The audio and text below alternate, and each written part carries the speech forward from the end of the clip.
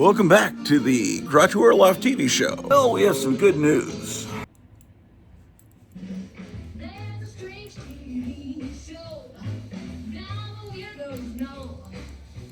host's name is Grottu Orloff, and I'm in love with the show. They've got old comic books.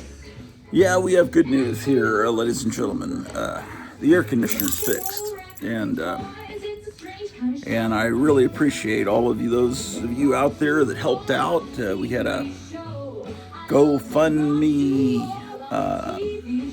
Give, Send, Go, and about 10, 11, 12 people helped out, and it was, man, the first air conditioner guy said it's going to be $2,300 because all the Freon was gone from the air conditioner, and it's the old style Freon. He said it's going to be $190 a pound, and there's 12 pounds, so it's going to be $2,300, with labor. So I get a different person out. He says, well, it's the fan blower motor's not working. So he ordered me he says, I think there's still Freon in it. Totally opposite of what I was told originally by another guy. And then, so when the fan blower motor shows up, it turns out, oh, you don't really need the fan blower motor. You just need this circuit board that comes in the box. So it's not going to be a cost of a full fan blower motor. You just need the circuit board. And I'll check to see if you're low on Freon. You're 1 pound, and it turned out to be 1 pound low, and this guy charges $100 per pound instead of $190. So it all turned out to be a little less than $700 as opposed to $2,300. So that's pretty good news. Very good news. In fact, it's so cold now that I have this vent closed. Then that forces more air upstairs. So yeah, I've got it completely closed. So that's fantastic. So that means that we can get back to business with the show and less of the me being miserable stuff. Because I guess it was getting a little tedious, horrible. But it's okay because we're all fixed now. Let's pray that it stays fixed.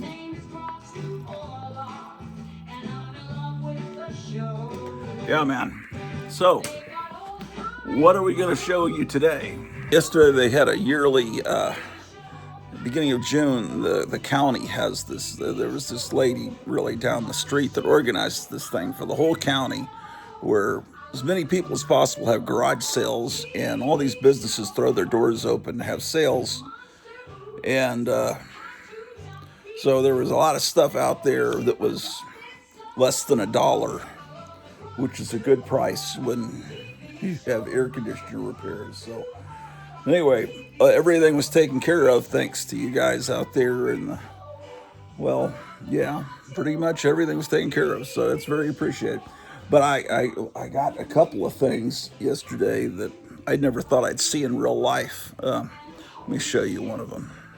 This was like a quarter. I don't know if you aggregate it or however, if you take, okay, I spent $20 on a big pile of stuff. How much is each item? I don't know. That would require doing high-level math, but let me show you something. Oh, shit. Do you remember seeing these things? Oh, damn.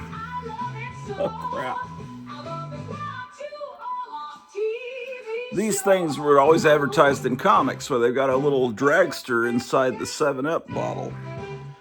There's some pieces that are not. This must have been a snap-together model kit because it's falling apart. You bring it out. This is the first time I brought it out. I just got this yesterday morning. A couple of pieces here. Let's see if they snap on, because otherwise I've got to get some model kit glue out.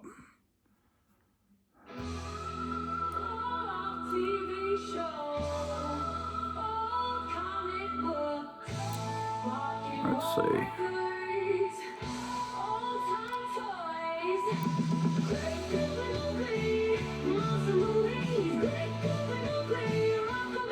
Oh, I see where this piece goes on here.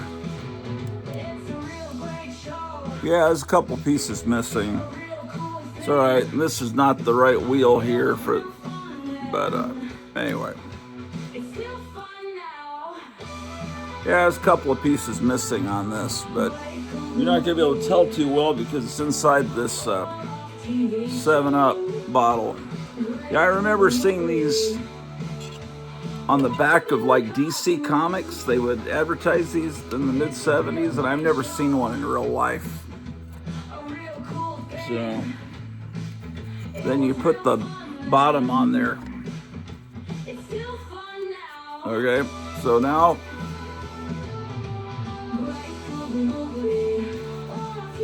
oh man, shit.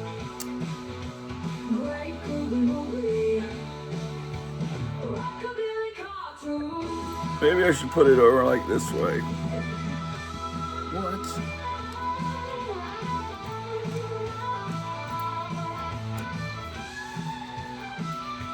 Jehoshaphat, man.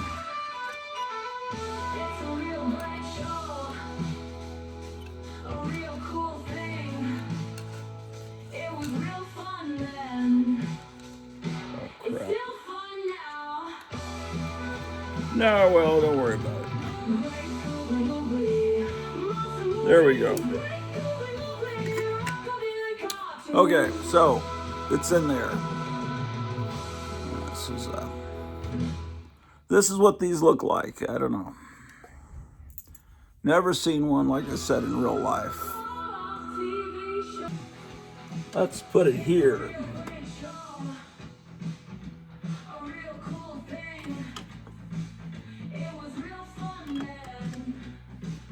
Okay, so there it is. 7-Up with a dragster in it.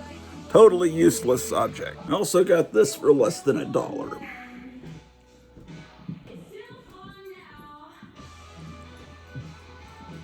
It's a hand shift power booster for your Hot Wheels cars. So is the price tag on there.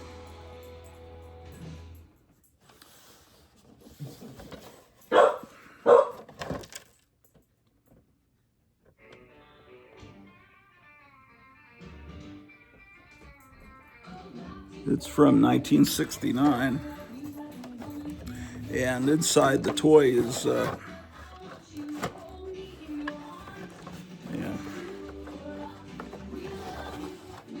toy looks like this. Decal's a little worse for wear, but anyway. Yeah, the toy is not in the best shape, but it's cool to have the box. It'll look good under a Christmas tree.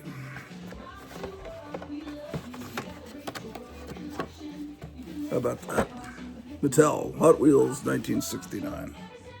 This tool was inside the box, the Hot Wheels box, so I got a free tool that can be used. Isn't that wonderful? This Mary Poppins book for free is just thrown in. I'm opening this stuff for the first time. Oh, it's got a little clip here.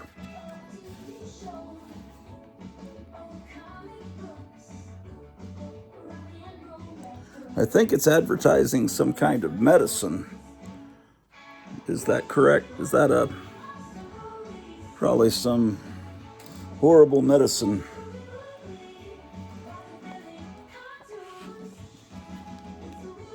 Got some coat. I don't have very good light, do I?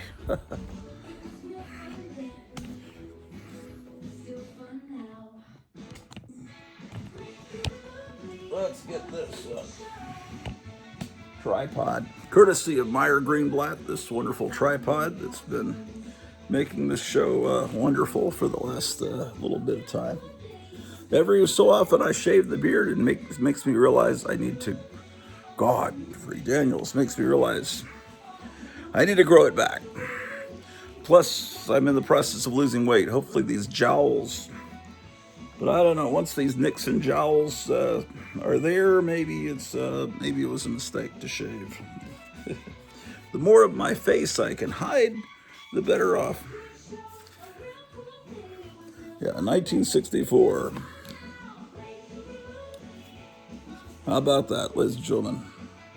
beat up. I kind of cleaned it a little bit, but Big Little Book, The Invaders. It's, yeah, kind of condition. But I never had this, and this is when the pictures were color, which is great. So I got that.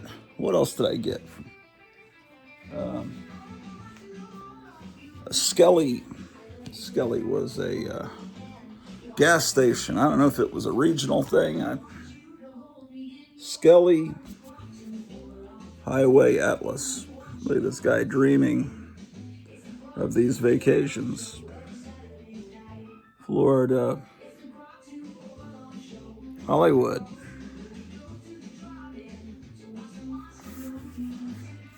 Yeah, Skelly Oil Company. This is how we got around in the days before the cell phone. It's an atlas of the entire United States in this little magazine. Any kind of garbage, becomes cool if you just sit on it long enough. So hoarding after a while pays off. Look at this. It's someone would have just thrown. This is just junk mail that someone got in their mailbox, advertising this grocery store. But you hold on to this for 40 years, and it becomes cool. At least I think it's cool. Do you guys agree? Put down in the comments if you think this is cool too. No, I'm just kidding. Don't. It's an 88-cent sale. They must have been a bunch of Nazis. Let's see, Crest toothpaste. Man, I don't know. I don't know what things cost now, but probably more than 88 cents or 99 cents. Let's see what else is in here.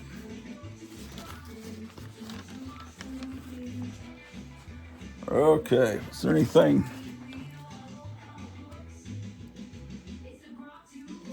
These are Temu prices, man. Look at that chef there. I am trying to determine when this is from. I would possibly early 70s, but something's telling me it could be late 60s, or at least these graphics are from the late 60s and they're still reusing them. Look, she's shouting about the price cut and sale. This was basically free. They were just trying to get rid of a bunch of stuff. Playtex living gloves. I was just talking about these. Where are they? I was tired. My wife didn't know, hadn't heard of Playtex living gloves. I said, yeah, they used to be a thing. Because I was thinking, I think Gwen Gooley, the Sarah Palmer, Pinup Palmer, I think she wears Playtex living gloves. I don't know.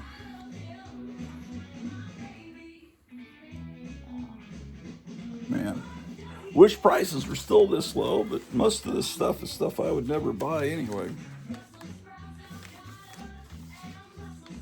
There's Bic pantyhose. Is that the same company that makes the pens? Bic. So you say, Grottu Orloff, what are you going to do with an old newspaper advertising circular? Why would you want that? The answer is, look at it. It's, I mean, someone else saved it for the first 40, 50 years, and I'll save it for however many more years I got on the planet. What else did I get? I don't know. Things have been moved around. Oh, it must be over here. Well, I got this for $2. These 1950s guys all trying to fix a car, and from the same lady, I got this. This is pretty cool, actually. If you look at it, look at the 300 miles, desert ahead, water bags, ice. What a great sign. So, oh, it's covered. Man, it's covered in dust. What am I? Presenting this stuff to you in its raw garage sale. Okay, now you can see it a little better. But I need to go, ugh, the smell of old ladies. I'm not supposed to show this on YouTube, but it's not a StreamYard. I had one exactly like this as a kid. I remember it being bigger, but I was smaller. But mine was in red, and I remember it says Luger on the side. So it needs to be dusted a little bit. I tested it; it still works. It's a perfectly functioning Luger squirt gun. So now I've recovered my childhood Luger, except gotta clean it up, man. Amazing. See if I can find. Oh, over here. There's where it is. I got this train. I haven't tested it yet, but I had one just like it when I was a kid. I think we all did. The batteries go here. So I haven't tested it. Looks like it's in pretty good shape. If it doesn't work, at least it's still a cool displayable thing. They had these things in the 70s. Is there any way to date these I don't know. You tell me. Is this, do you think this is 60s or 70s vintage? You gotta. That was probably the most expensive thing I got. I think I paid $8 for that. And this, press me, I toot. Yeah, that's what they all say, isn't it? This one I haven't cleaned up. This one is definitely 70s. Press me, I toot. Where do you press you? I'm not going to try. Well, I'm not going to press it to see if he toots, but it's, you know, it was a railroad extravaganza yesterday. Okay, so the signs. I really only got a few things, I think. Okay. Oh, there was a map. The map's over here. The problem is with flat surfaces is they accumulate things. I had several of these pinball machines clear, but now I gotta file these comics upstairs. I got stuff, figure out a place to put this Trump sign, and okay. And I got stuff building up on top of the monster gun machine over here. Oh, okay. The other, I got a bunch of paperbacks for basically 10 cents each. This is a Man from Uncle Calcutta affair. That's where a price tag was, but it looks hideous.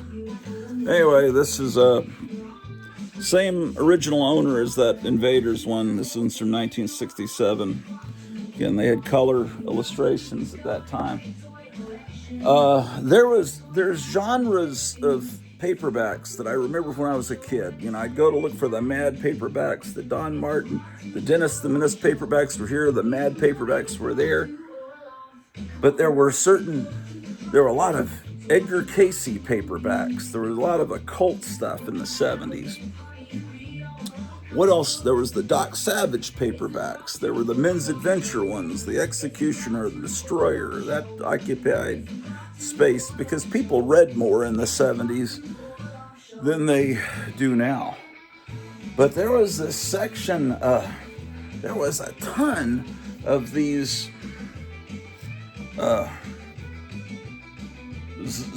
Zavaria, Hollander books. You know, these books, they were all over the place. And then this person had just a gigantic amount of these books. Here's one of the occult books that was, you know, so this was, then Herbie Rides Again. I may already have this, but anyway. So this person that had this box, this garage sale, was a little bit.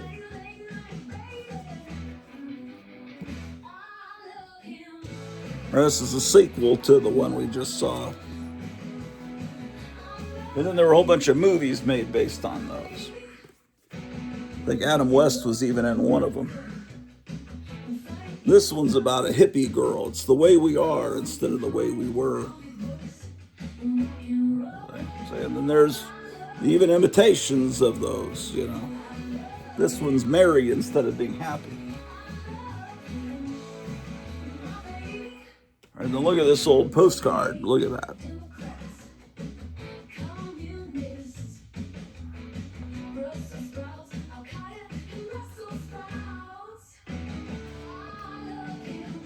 It says, find D the Sanwa goose away pretty fast here.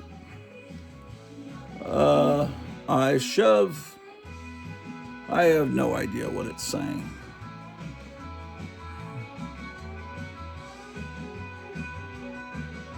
Question is, how did this thing get delivered? Because there's no address on it. It just, I don't even understand it. Okay. Here's another map from Skelly.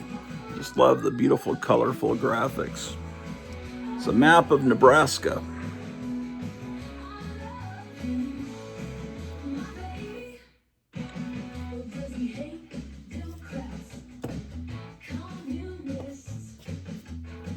And some more of these type of paperbacks.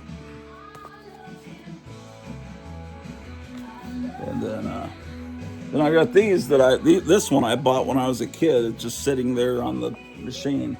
So I've got to find a space to start putting all these paperbacks. I've already shown you all these. And this is the novel that The Princess Bride was based on. But the movie didn't look anything like that. It just, it would have been great if it had. This is William Goldman, the author of Butch Cassidy and the Sundance Kid and Marathon Man. It's anyway, pretty famous writer. Oh, here's one of those Edgar Casey books I was talking about. So they were all over the place back in the 70s. Okay, let me see. And I got this motorific race rally. Everything I just showed you, I got under $20. I think I maybe 18 something. Pretty sure, yeah. So it was pretty good. I'm a lot of garage sales. So this opens up. I'll show you. It's a carrying case play set. Hold on. Hold on a second.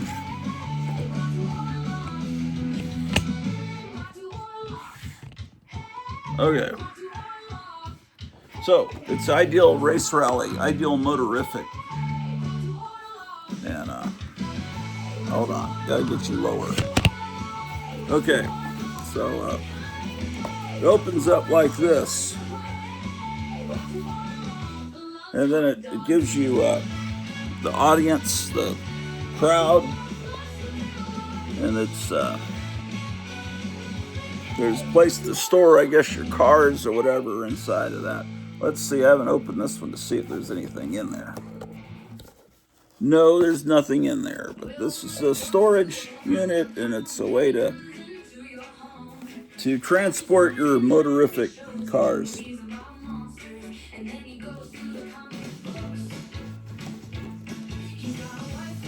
Hold on, come on, ladies and gentlemen.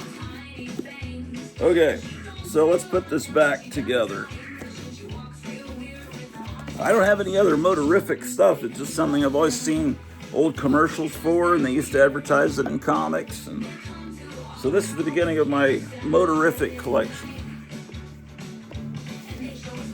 A lot of automobile and train memorabilia at that's apparently what the kids in this town were into in the 60s and 70s, and so that reflects at the garage sales. But this is in pretty good shape, and it's good. And it will look really good under a Christmas tree, so you can set up your vintage Christmas tree and have all kinds of old toys under it, which is what all real Americans do at Christmas time. And I was going to set up my Christmas tree here pretty soon. I just moved Christmas tree down to the basement and put it on display. Trying to think what else has been going on. We fixed the air conditioner. I got about $20 worth of stuff because we wound up saving $1,500 that we thought we were going to have to spend initially, and it was getting brutally hot. And then I was trying to do live streams while I was really hot and irritable, and I was just coming across like a little bitch, basically. So I took a few live streams down because I just thought not my greatest moment. Speaking of great moments, D-Day, the anniversary of D-Day was just a few days ago, June 6th. And so I saw these videos on YouTube where they were talking about how accurate was the D-Day beach landing in Saving Private Ryan. And there were experts talking about that, and they seemed they picked apart a few things, but said it was pretty much very accurate and all that. And so it made me think about The Longest Day, the movie from, did it come out? I think it's 62, or is it 61? I think it was 62. That was before I was born, but my father, my family was stationed in La Rochelle, France, and my father was, I guess he was assigned to be an advisor for the movie, to make sure things were accurate on the beach landing scene and scenes. And I wish, that's why, guys, if your parents are still alive, make sure you record them and get all their stories down, because now I wish I had thought to just have him pump him for information about that movie and filming it. There's John Wayne there, and almost every Hollywood star that existed was in that movie. But the John Wayne played a lieutenant colonel in that movie, and I was reading that the real lieutenant colonel at the time of D-Day was 27 years old, and John Wayne was 54 playing him, and the guy was not real happy, even though you would think you would be happy having John Wayne, play you in a movie. But I guess I wasn't that old. I was thinner. He wanted it to be more accurate. But anyway, so I went and watched some videos on YouTube about the accuracy of Longest Day, and they said that it was very accurate. So that made me happy to hear that my father had some good impact on that film. And thing is, he wasn't happy about the wrap party. They I guess when they finished shooting the movie, they had a party, and my dad said John Wayne was there and everything, but my dad was uncomfortable because I guess they had strippers there, who knows, probably French girls, whatever, and he was not comfortable with that. He was at work, he was an officer, he probably felt, in uniform, and at a Hollywood party. God knows what they were doing then. Hollywood people were probably pretty weird even back then in the 60s, if not weirder. Anyway, not John Wayne, though. I'm not besmirching John Wayne. I've been doing some paintings. This is a sideshow banner. Let's see.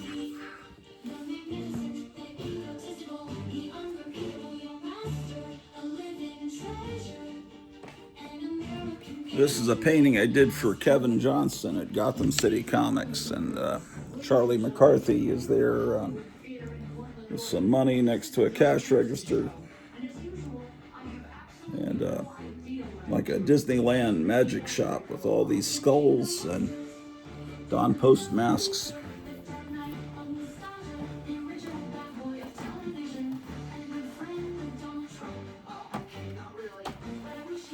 And another picture of one of those elongated skulls that they used to sell. Apparently, that's something that Kevin collects, is those old Disneyland skulls. And I actually have one. I didn't even realize it. Let me show you.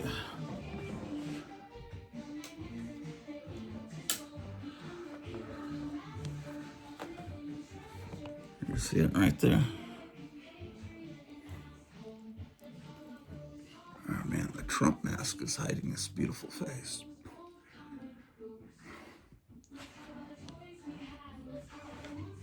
Okay.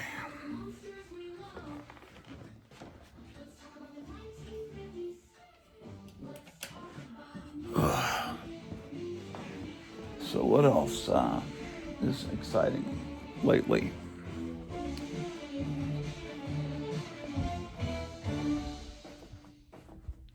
Well, there was a window unit in the basement, air conditioner that was all hideously ugly, and it was just there outside the window. So I put it on wheels and got it into the garage, where I somehow I'll dispose of it.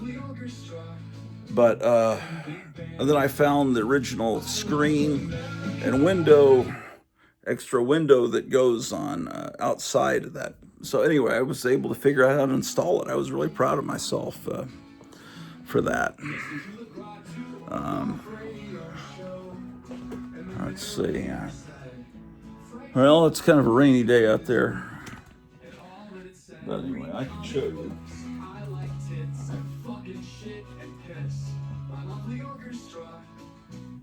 Oh, it's water.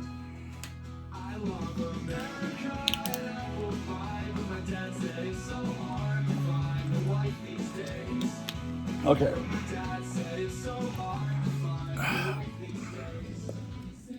Look at the cats all together. Look at that, man. They're all together. Alan is the big cat, and he's finally accepted this little brother and sister. I got water for them and everything. They like hanging out. They didn't mind the air conditioner not working. Honestly, they hung out on the porch where it was the hottest place out here. But you know, what can I tell you?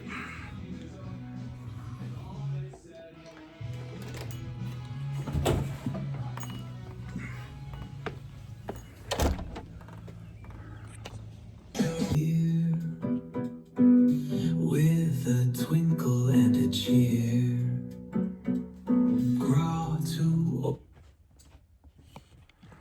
Well, okay, going down to the basement. I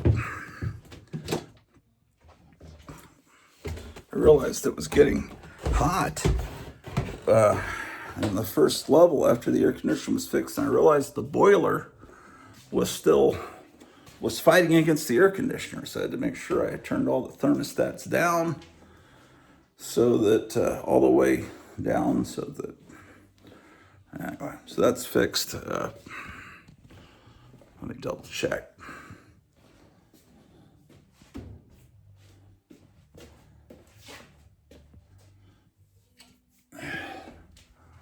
Yeah, see, this pipe here is cold to the touch. It was hot yesterday, so that's good, because that means that only the air conditioner is working.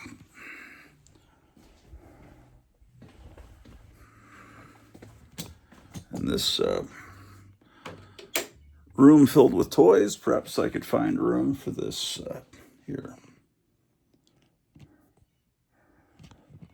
Let's see.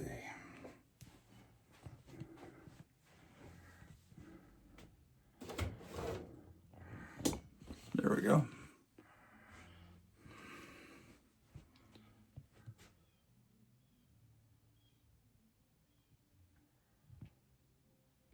Got to hang some masks. Oh, here's some more Jack Chick tracks. We were looking at these yesterday, a few days ago. I know where I can put them with some more Jack Chick tracks. I was going to move a stereo down here. Oh, I need to hang this Hulk picture up. Come on, light. Okay, so one of these Hulk pictures you get at Hobby Lobby.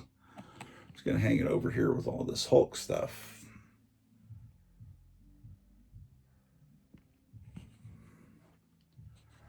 Maybe that would be a good place for it. Got a lot of empty space here where we could hang stuff. Well, we'll figure this out in a little bit.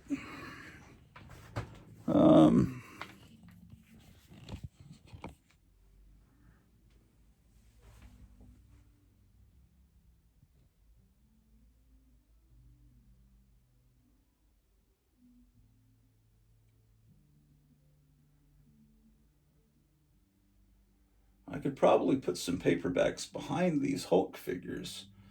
All those paperbacks that I don't have a place for.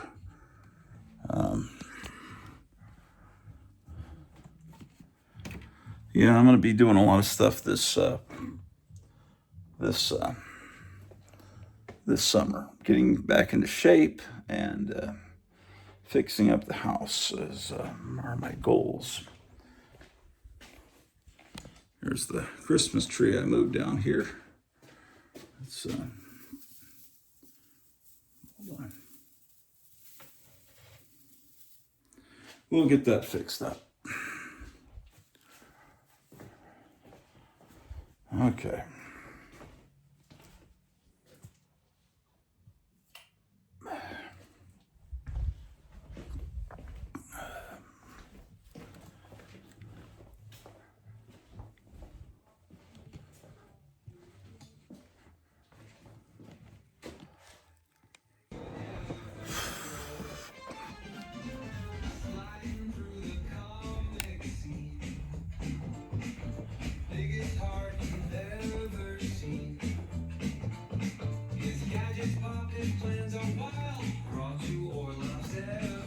Okay, what do I need to do? Did you know that the Something Weird video brand that's been around since the 80s, Mike Veraney, who unfortunately passed away, but his wife runs Something Weird now. They were VHS, then DVD, then Blu-ray distributors of exploitation and movies that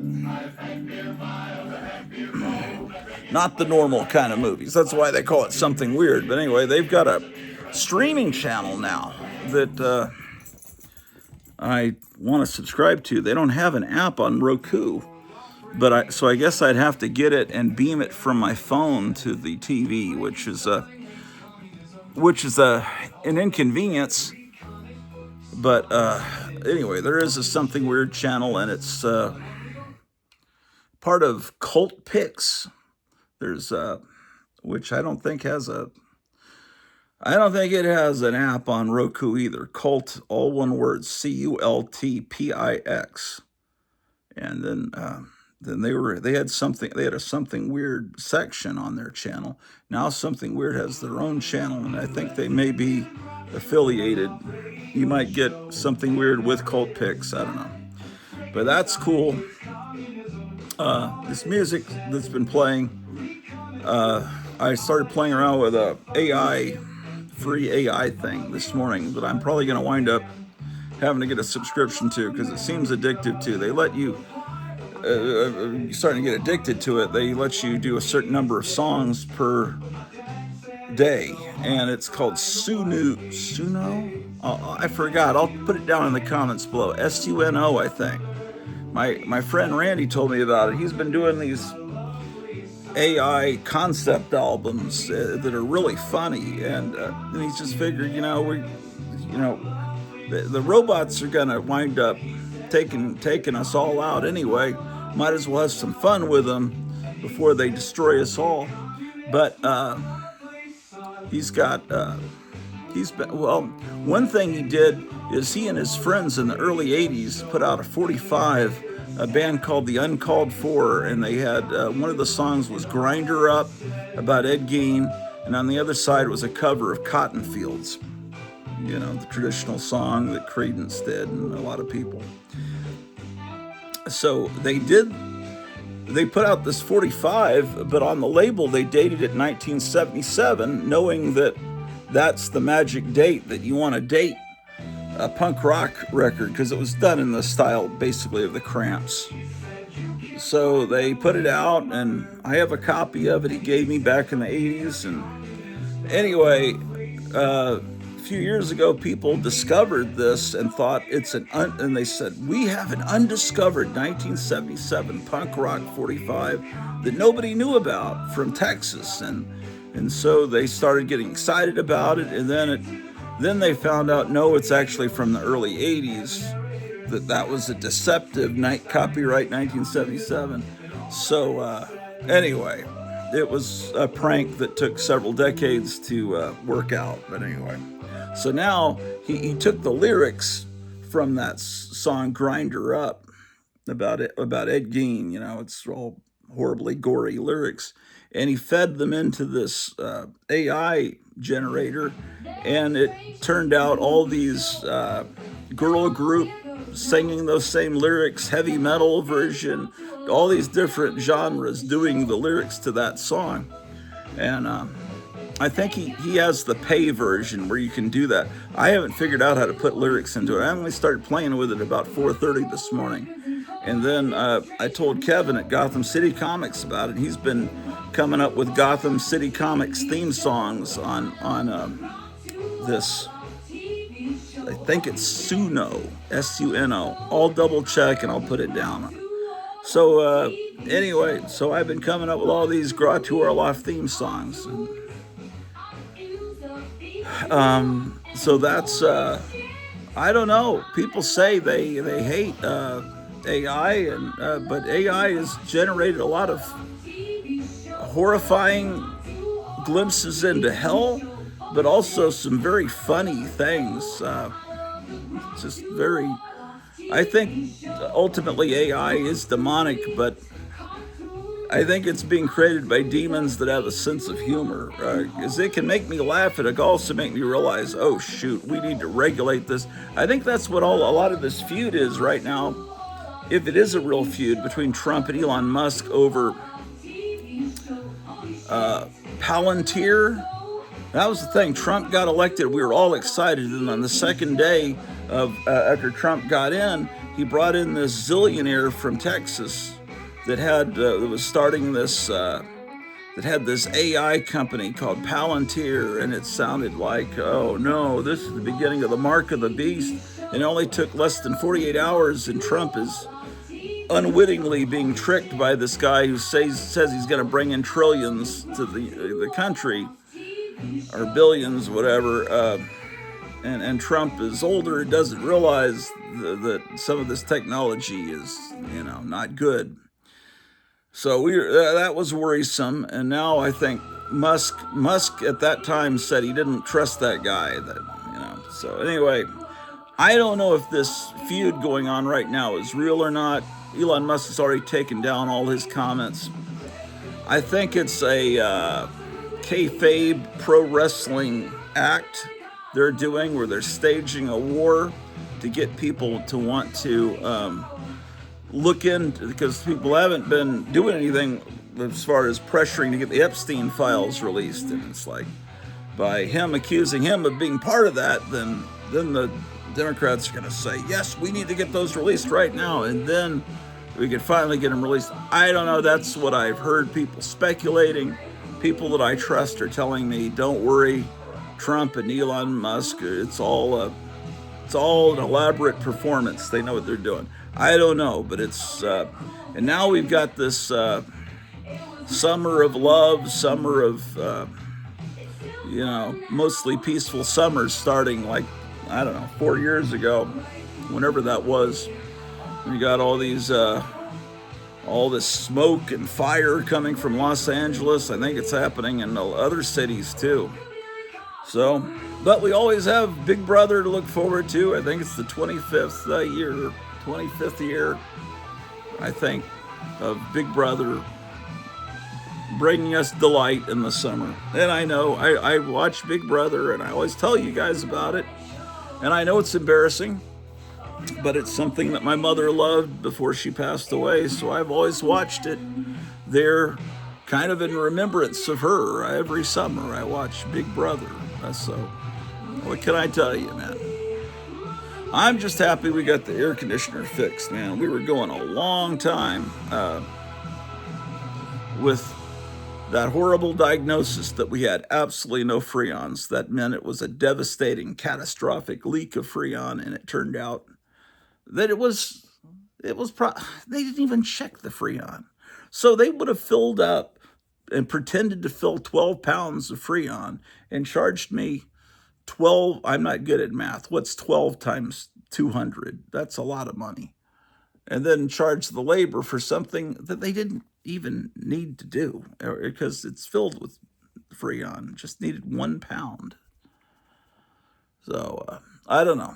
Air conditioner's old. 2006 is the date on it. So, but if we can keep it going a few more years, then maybe it'll be fun. All right. Right, Drew the dog?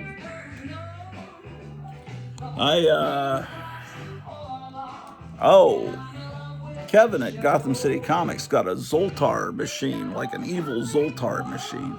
So I'm going to be painting this summer some carnival sideshow banners, freak show banners. So I'm going to paint big scale ones, and I'm going to paint one for him, smaller scale, and then he's going to get it blown up and hang it on the side of his store. So that's an exciting thing to look forward to, is that. What do I need to do? I think I need to get kitty litter, and I may need to go to the store here. But then we're going to go file comics. Hold on. Let me see. Take this phone out of this is the tripod.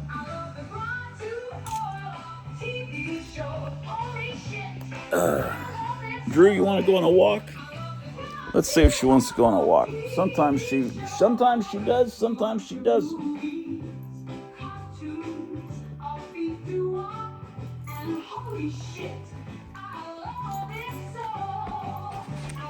Come on, Drew. Let's go on a walk. Come on, Drew. Let's go on a walk. Turn off these lights. Hold on.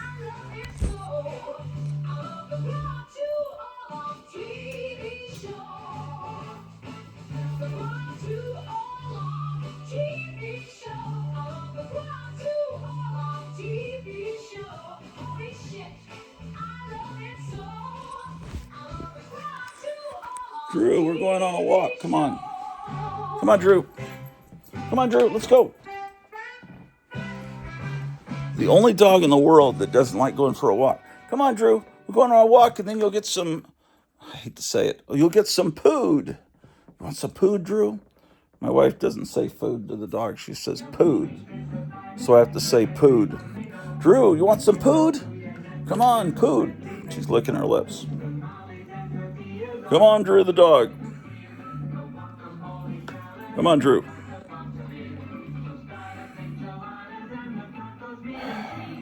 Well, I'd be lying to her anyway because there is no food. She didn't want to go on a walk. But I got to go to the Dollar General because otherwise I'd walk her and then there'd be no food. So let's go get some food for her. It is almost 1 o'clock. Other people doing this have done some amazing things, like this soul version of Dan's, a twist of cane. It's amazing. Some of this stuff people are doing with AI.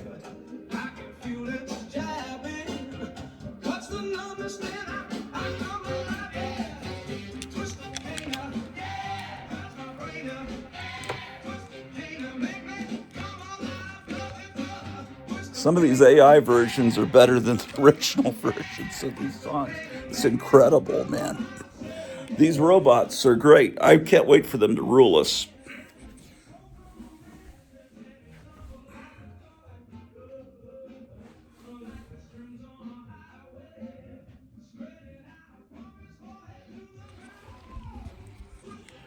Yeah, the cats just hang out with each other now. They were coming. Oh, shoot, the car is not out here. It's in the garage. I got to go through the garage.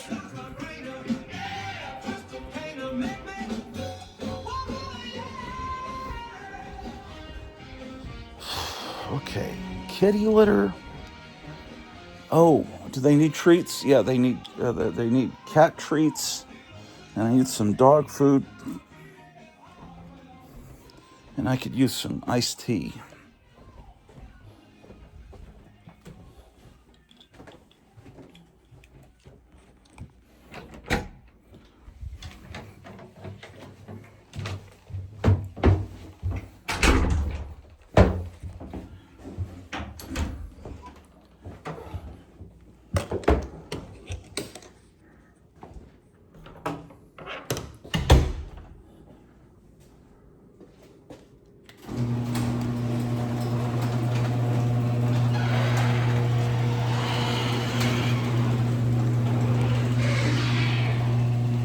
Okay.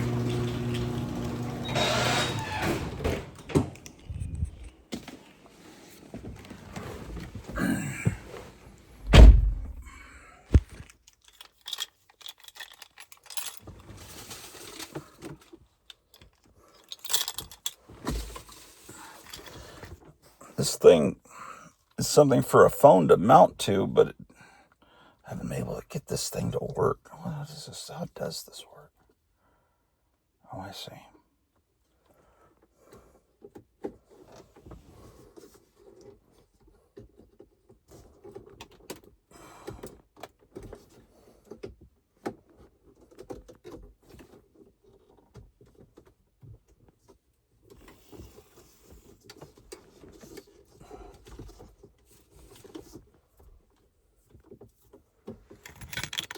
Shit.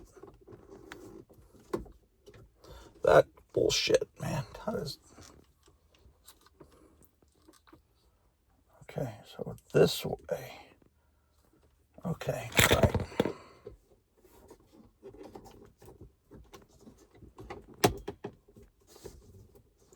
Just a minute, let me pause this. Okay. National Weather Service forecast for Maryville and the partly sunny late this morning, then becoming mostly cloudy. A slight chance of thunderstorms. A chance of showers late this morning, then showers likely this afternoon. Areas of smoke. Highs around 70. Northwest winds 10 to 15 miles an hour. Chance of rain 70%. These are the noon conditions for the Creston area. At the Creston Airport, drizzle was falling. The temperature was 63 degrees, the dew point 55, and the relative humidity 77%. The wind was northwest at 13 miles an hour. The pressure was 29.90 inches and rising. Looking around the area, rain was falling with a temperature of 66 at Lamoni and 61 at Atlantic. At Harlan, it was sunny with a temperature of 59. At Clarinda, it was mostly sunny with a temperature of 64. It was partly sunny with a temperature of 61 at Red Oak and 63 at Shenandoah. At Des Moines, it was cloudy with a temperature of 68. Here are You gotta stop and get some gas. Iowa and Missouri.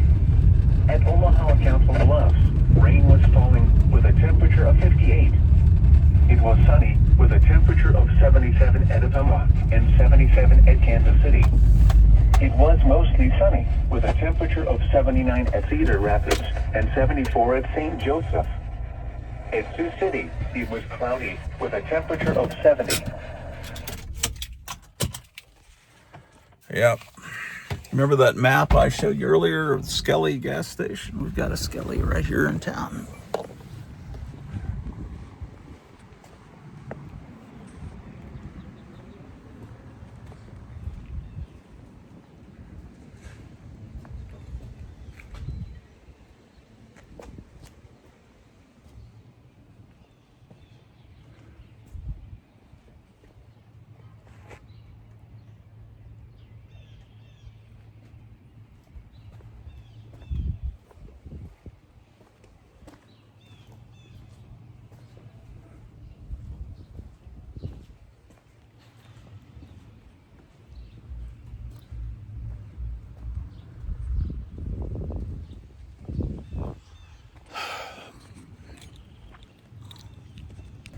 The current time is 12:56 p.m. Central Daylight Time. We're filled up.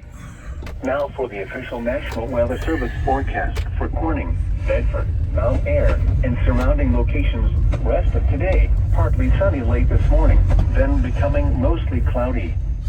A slight chance of thunderstorms. A chance of showers late this morning, then showers likely this afternoon. Areas of smoke. Highs around 70. Northwest winds 10 to 15 miles an hour. Chance of rain 70%. Tonight, partly cloudy until midnight, then becoming mostly clear. Areas of smoke. Oh boy.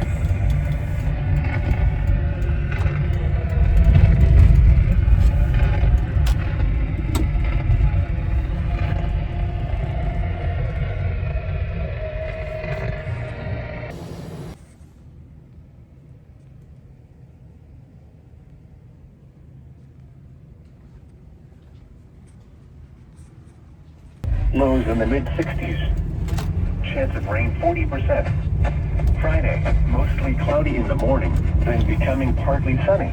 Well, A chance of showers with a slight chance of thunderstorms. Dollar General Highs in shore the is lower over. 80s. Chance of rain 50%. Friday night, partly cloudy with a chance of showers and thunderstorms.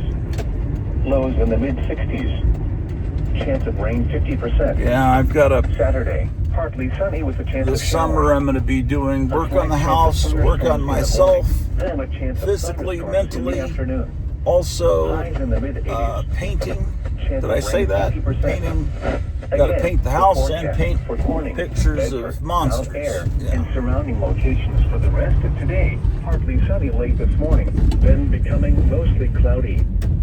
A slight chance of thunderstorms. A chance of showers late this morning, then showers likely this afternoon. Areas of smoke. Highs around 70. We've been getting 10 to 15 miles an smoke hour. from Canada. Chance of rain 70%. They Based smoke a on lot 1 of p.m. cigarettes. conditions No, for the Creston it's area. they had some wildfires in Canada and it's spreading over a large part of the United The temperature States. was 61 degrees. So it's made the with air 2.64 really and unhealthy relative to humidity breathe. 77%. The wind was northwest at 10 miles an hour. The pressure was 29.90 inches and steady. My favorite radio station is not coming in. It's just a bunch of static. I wonder why that is. It never comes in well on at night. It's from quite a ways away, but for some reason today I'm not picking the signal up. So I'm listening to weather radio. Sunny with a temperature of 59 at Red Oak and 63 at Clarinda. At Lamoni, it was cloudy with a temperature of 66. Here are some conditions elsewhere in Iowa and Missouri. At Omaha, My goodness. rain was falling with a temperature of 58. It was mostly sunny with a temperature of 76 at Cedar Rapids and 73 at Ottumwa. It was partly sunny with a temperature of 77 at Kansas City and 75 at St. Joseph. In Sioux City, it was cloudy with a temperature of 75. Now for a few weather conditions around the region. In Grand Island, it was cloudy. Oh my The gosh. temperature was 56 degrees. In Sioux Falls, it was mostly sunny. The temperature was 71 degrees. Winds were gusting to 43. At Minneapolis, St. Paul, it was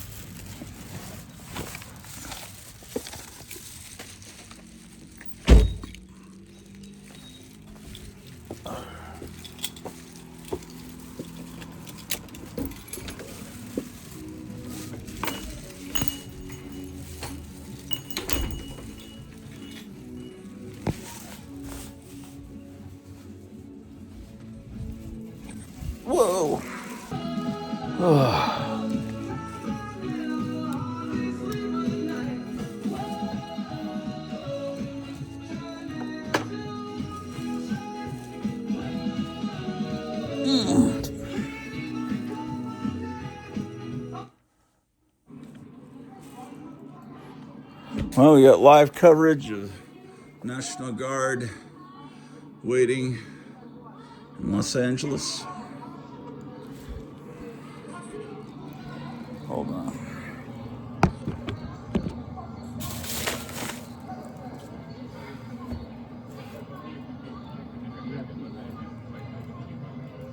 We're listening to this disc. I need to label it.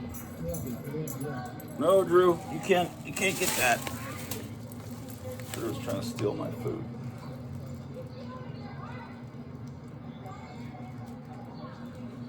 Okay.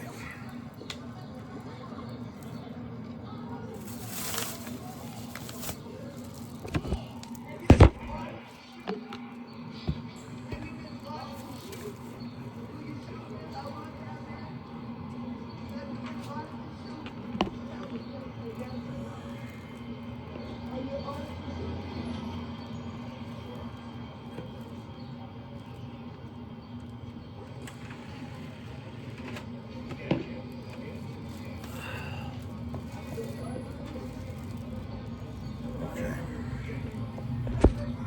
Now, all right. Gotta put you back in the tripod. And very, very scary going on. I don't know. I think I'm being hacked.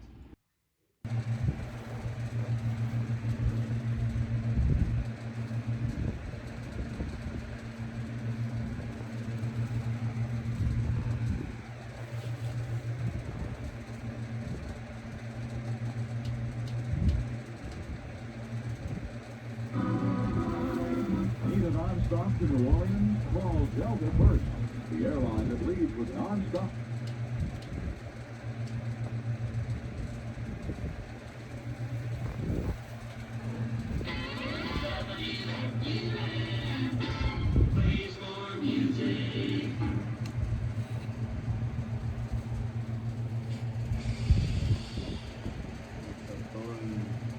It's a dog. That's my baby. Here I am in the movie and the song. I wonder why a man has to carry this load. It used to be the Western movie shooting up the land. The birds with my baby in Superman's hand. My baby don't comic book crazy. My baby don't comic book crazy. This is like a child for Superman. My baby don't comic book crazy. What do I have to do to keep my love alive? The girl ain't satisfied with what she's got. I'm Donald W. sitting on my chili top. He's waiting to take my baby to the red top. My baby don't comic book crazy. My baby don't comic book crazy. All the girl can say is crank, crank. My baby don't comic book crazy. All night long, money with Pecker is knocking. And all day long, the money is crunching.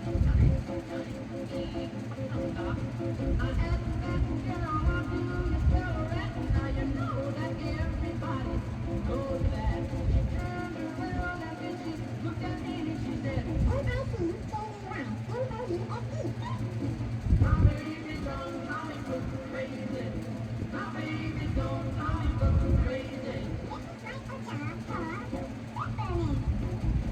baby don't comic book crazy. My baby don't comic book crazy. My baby don't comic book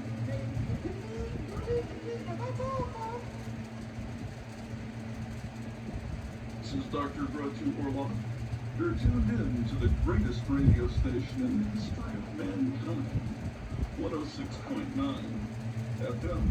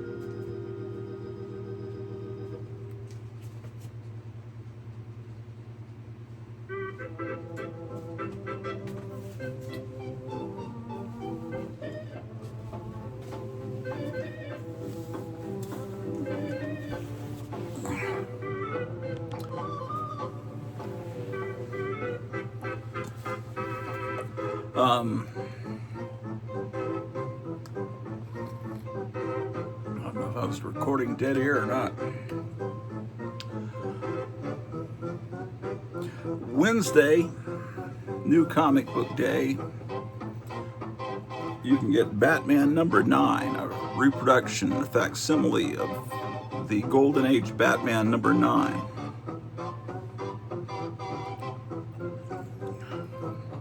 Some sore teeth back here. Also, Fantastic Four number,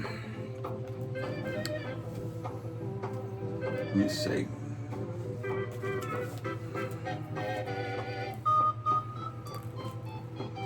Number 6 comes out. The 60s, Fantastic Four number 6.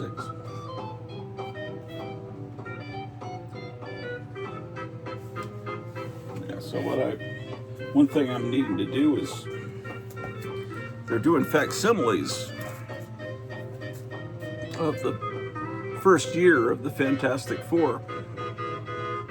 So it says, $5 instead of 12 cents, and it has this UPC code that's issue. This is issue 4. This is issue 5. And then also recently, issue 48, all in facsimile form, have come out. Now I'm just filing them in with my real Fantastic Fours, and that's just how I'm doing it. That's how I do it. These, for a while, the facsimiles, I was filing them separately, and then I thought, why? Why should I do that? I'm never going to be able to afford or be able to buy these real comics. So let's see what we got here.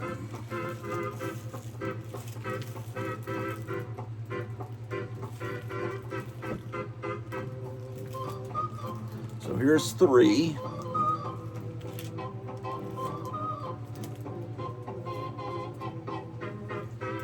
File 4 after that.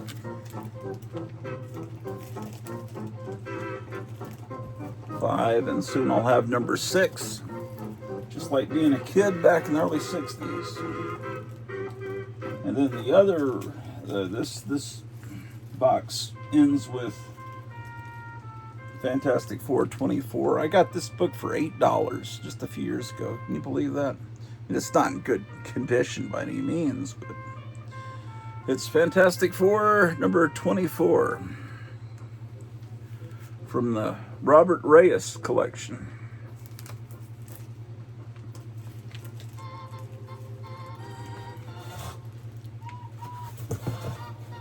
Okay. Where are the rest of the Fantastic Fours?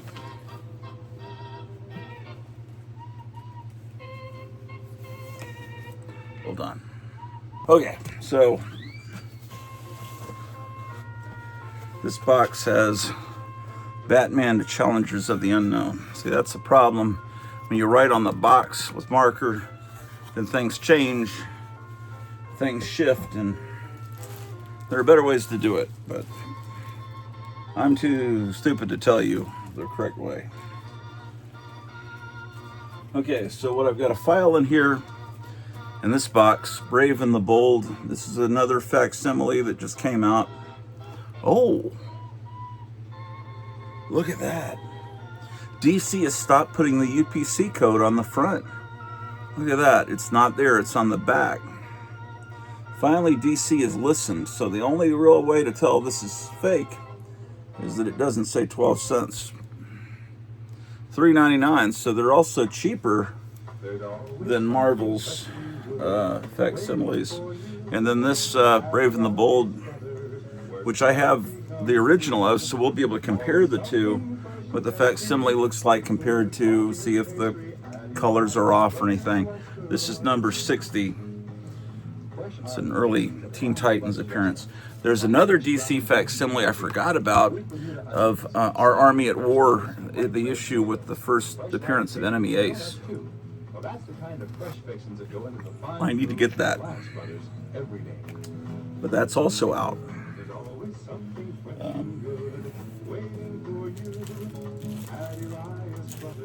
Where quality comes through.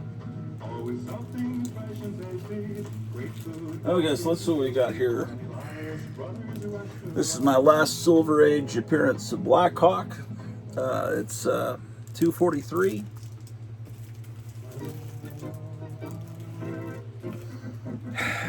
A Brave and the Bold, number 28. It's the first appearance of the Justice League. See how they have the UPC code on the cover.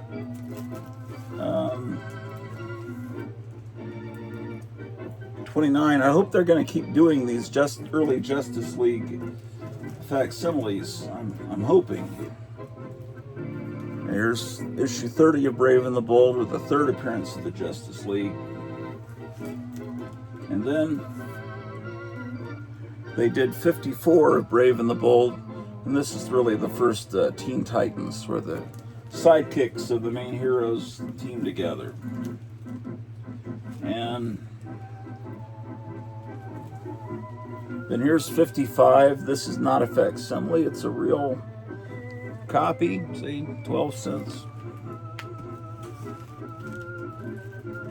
And then, oh, here we go. This is a real copy of issue 60. Let's compare them.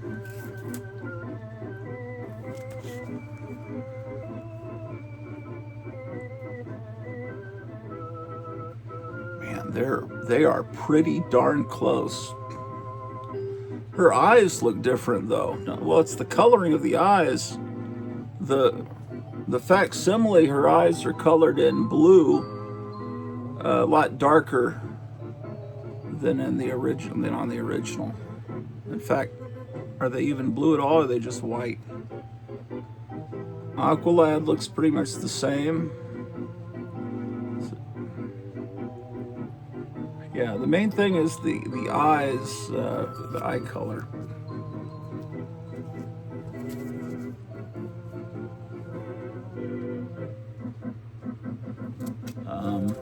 Let's try this side.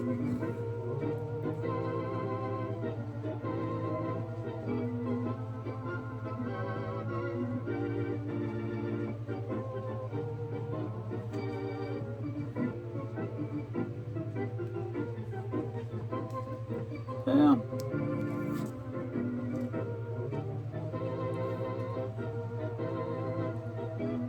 Pretty close. It looks like, actually, it looks like this one, see, the artwork goes to the edge, but on this one, the artwork ends, and there's some black at the bottom. And you see more, I guess, comics. Let's see. You see more of the water. See this cuts off right there. Water's a little darker, and all of this, let me line it up. All of this at the bottom is, I guess, been redrawn because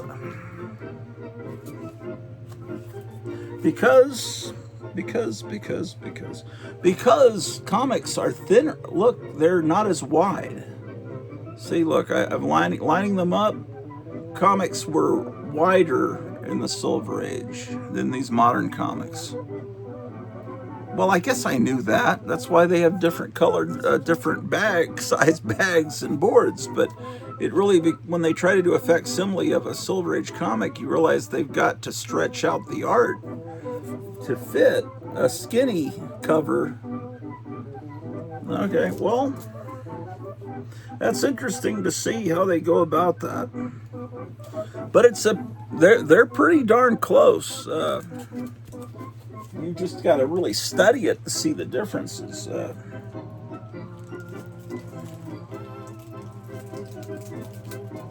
You know, and whichever one you look at of Wonder Girl, they look equally kind of stunned. Actually, man, the heads are bigger on the real one I guess because of this, the fact that the comic's wider. Yeah, the heads are larger, and you can really see it with Wonder Girl. Well, sort of, a little bit. But the main thing, her eyes are, either way, she looks like she just saw a beetle or something. Let's see, 60.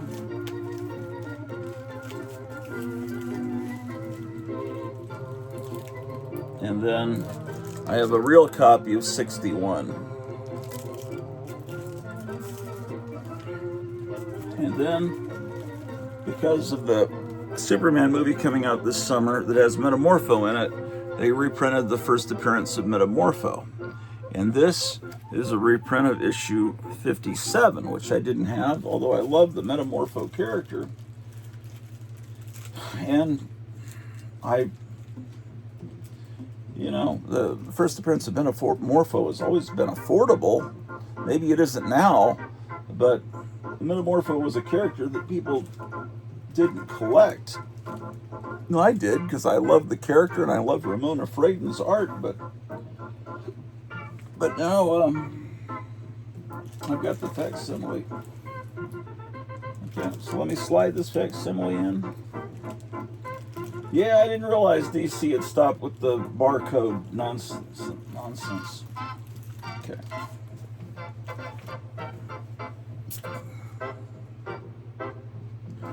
Okay, so that's done. Now I've got to file this Fantastic Four and More Fun Comics number 73.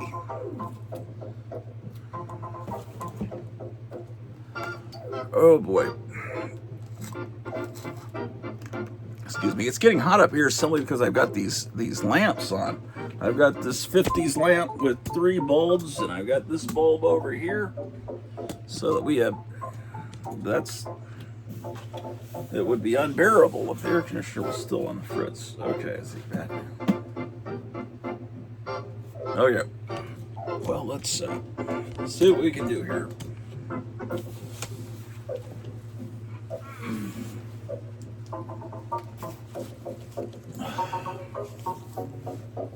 Where is the M for More Fun Comics?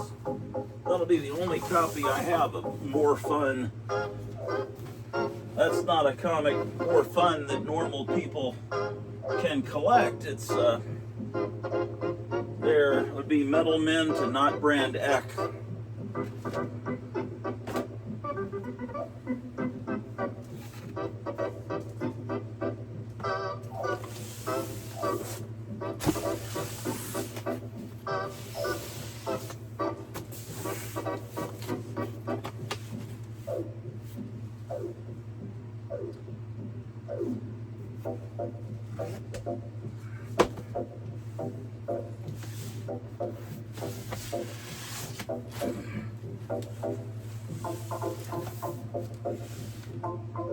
Oh, that's not good. Okay. Here's this box.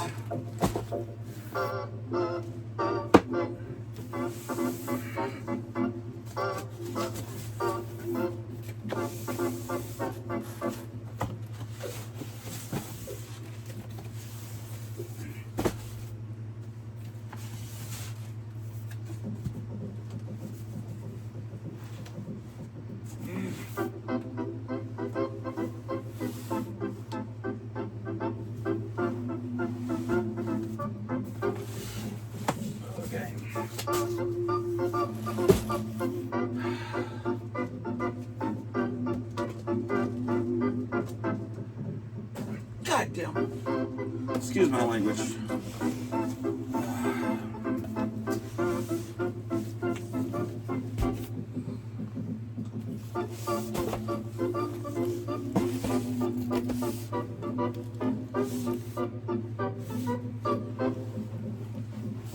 Oh, what.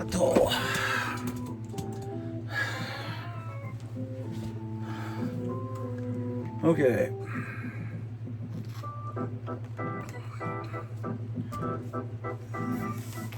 We've been looking at these same boxes over and over again lately, but I don't assume everybody watches every single episode, so we'll although redundancy may not matter. Okay.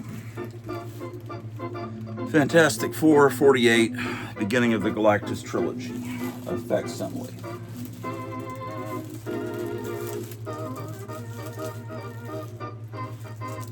Here's 51.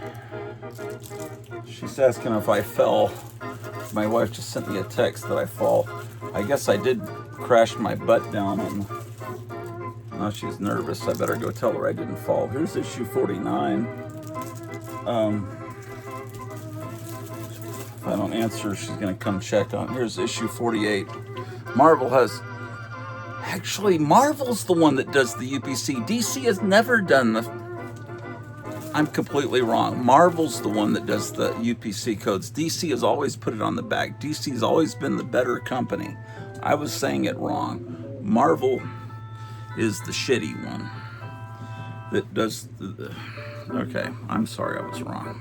Before you put comments down below, I gotta go tell my wife I'm okay. She thought I'd really fallen. I guess the office she's sitting and working in is right below here. And I guess there's this heavy carpet that's very padded. She thought I'd taken a hard fall. I said I was just sitting down a little hard.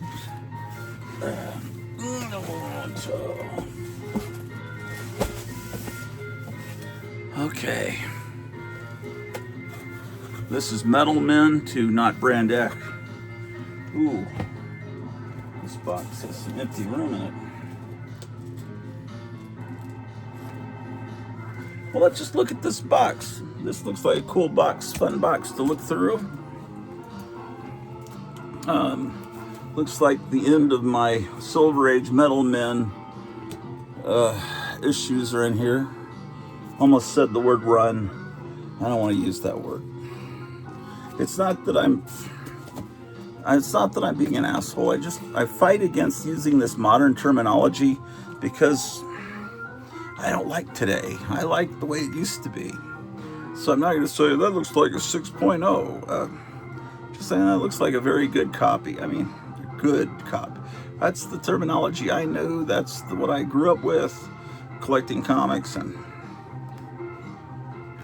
I don't want to change for the slabbing community. Okay, so I always loved the Metal Men comic. Metal Men was changing a little bit in this time period, like all of DC Comics. The art was getting a little bit realistic, more realistic with the Neil Adams influence coming in on DC, and they were fighting against the reputation they'd acquired and made a lot of money with the Batman TV show.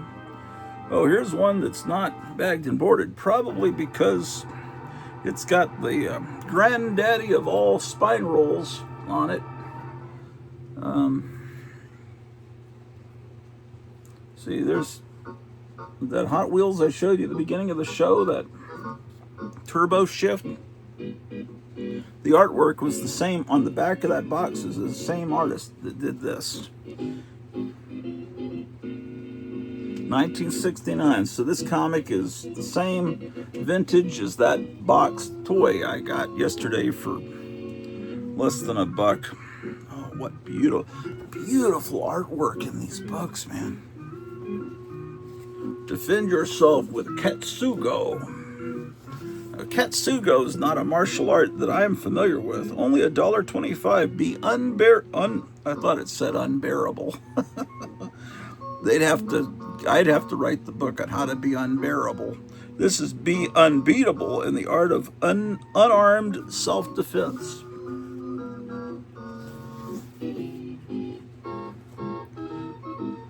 Katsugo gives you all the combined arts of self-defense found in Judo, Atiwaza, Aikido, Yawara, Savate, and Jiu-Jitsu. Your hands, feet, fingers, and your entire body actually become a feared weapon when using this fantastic fighting technique.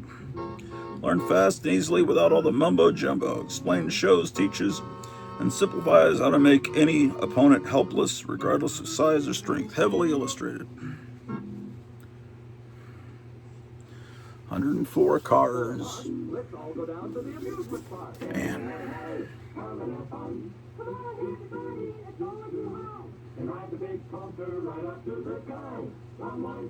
Yeah, this looks like you're looking at a horror comic. So does the cover, actually. I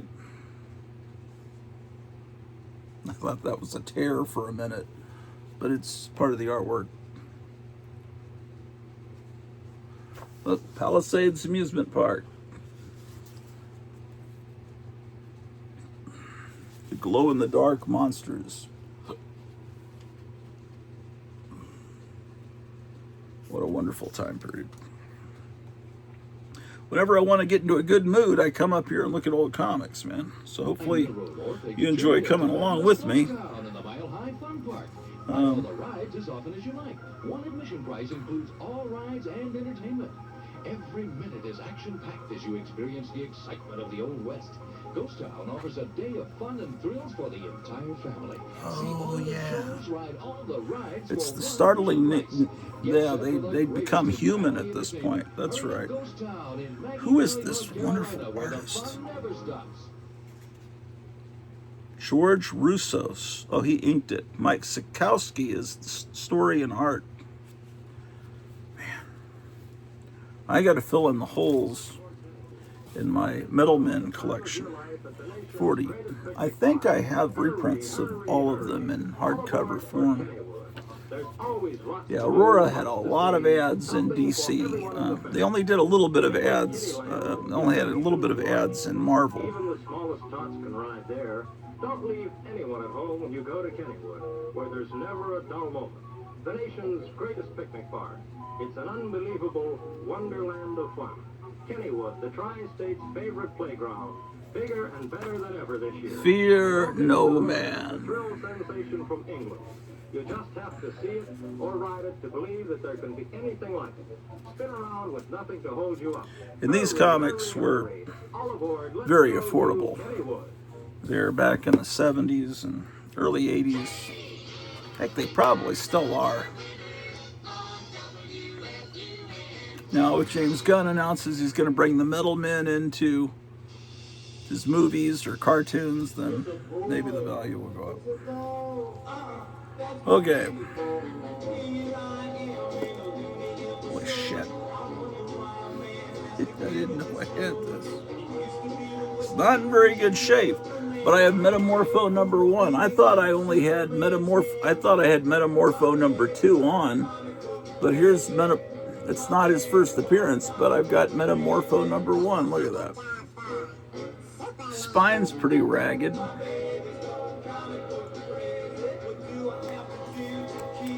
Metamorpho number 1. Metamorpho number 2.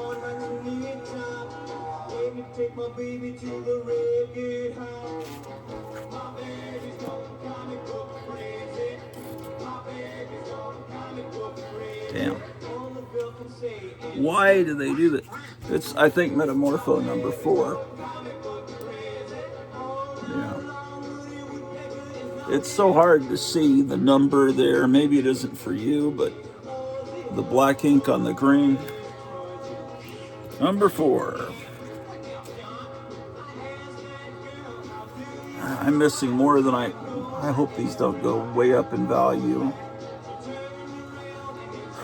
Number 7. Let's see how people respond to the character in Superman coming out in July.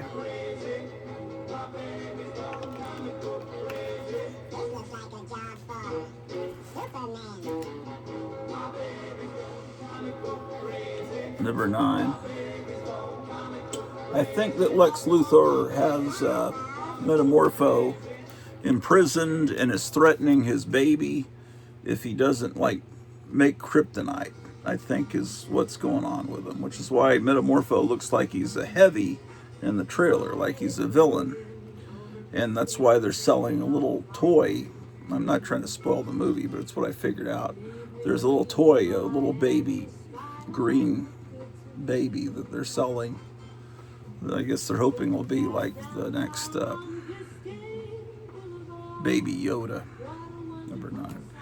When I read this comic, he didn't have a kid. That was something that was done in the 1990s, and I've been unaware of it because I just didn't read those comics. I mean, it's just not. I was doing other things in the 1990s, and the comics weren't that intriguing to me at that time. Here's issue 10. I'm trying to find the MOs, and I'm in the MEs. I'm trying to file more fun comics. Okay. Here's Metamorpho number 16. I'm really missing a lot of them, aren't I? Didn't realize that. Yeah. But whenever I found them, I've bought them, 17.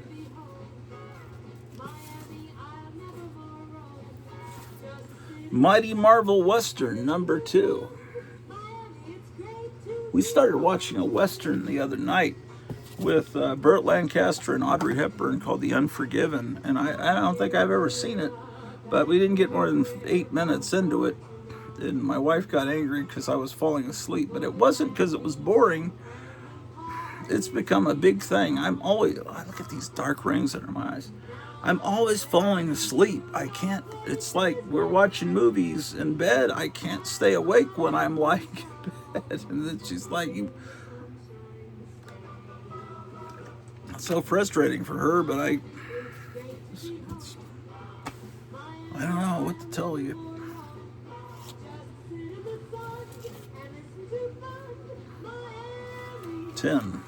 Number 10. I've had these dark rings since, since I was like in elementary school. I don't know if it's an allergy or what it is,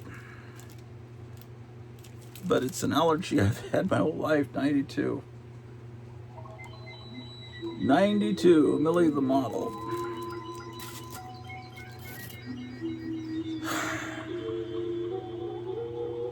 This is a coverless Millie the Model.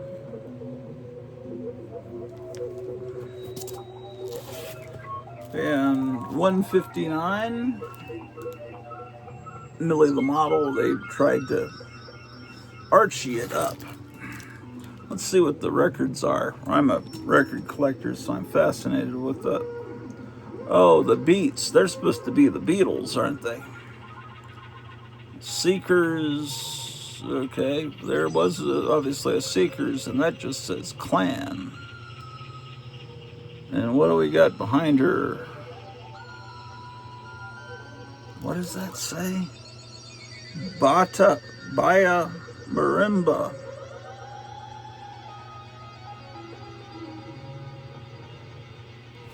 Oh, look at the records they're buying. The Mamas and the Paupers. Groovin' with the Groves. And that one says Peter, Paul, and Zelda. There always used to be women named Zelda in the sitcoms and old comics, but I've never met anyone named Zelda in my life. Okay, so that was 159. Here's 169.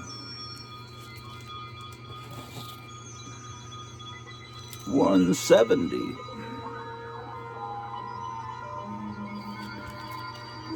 This is that Forrest J. Ackerman Music for Robots record playing here in the background. 174.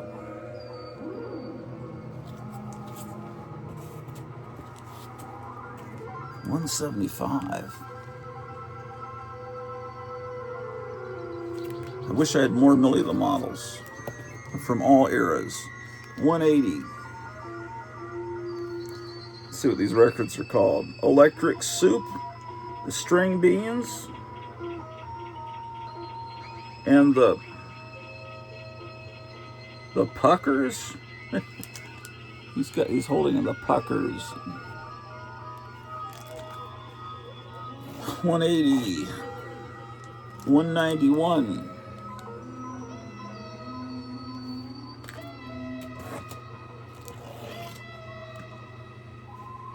This is a great cover. It's the Queen Size Special. It's the annual number 7. And she's in a poster shop. Humphrey Bogart and the Rainbow Room,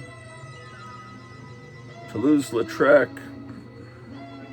Count Basie, Getz, W.C. Fields. Here it is. Here's actually the mamas and the papas, but see, she's standing by an op art poster, and looks like she has 3 heads. Excellent cover. Very representative of an era. Mr. Miracle number 5. Great Aurora ad on the back.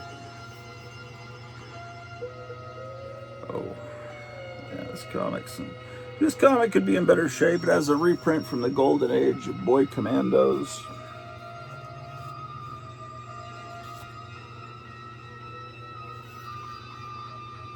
Here's number 6. I gotta bag and board these some of these days. One of these days. Yeah, they put Boy Commandos, I guess because it's being sold as a Kirby comic, so they got some old Kirby stuff to put in the back. Number 7. Another cool Boy Commandos story in the back.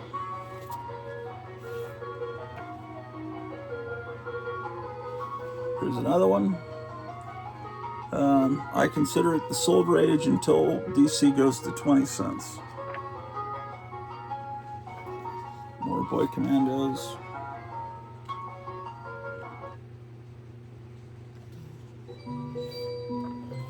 Okay, then the next thing I have is a facsimile of Mystery in Space 75.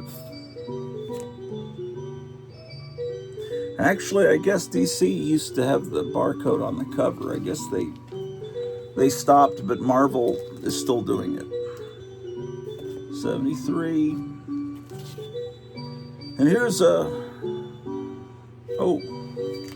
62. This is a real 62, so that should be in front of that, by the way. And this one is this one's a real 82. Isn't that a great cover?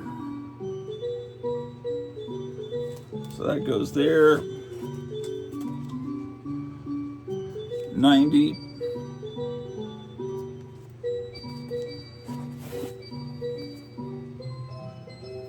'96.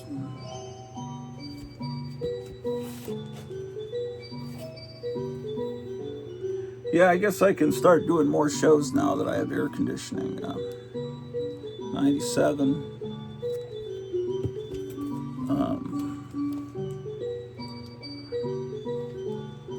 108. I mean, obviously I can put more fun in front of mystery. I just want to look at the Mystery in Spaces. This is Ultra the Multi-Alien, a character that's been completely forgotten. He's kind of like Metamorpho in that different parts of him are different things. But these are very affordable comics that are really cool, that nobody knows about. And then, first issue of New Gods.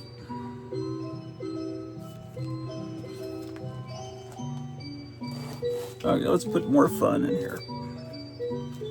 That goes before Mystery in Space and after Mr. Miracle. Let's see what other New Gods I've got here. New Gods number 5.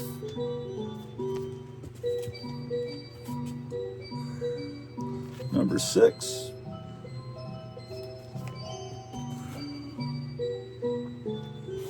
These probably would have been Thor stories had Kirby not left Marvel, if Kirby wasn't mad at Marvel.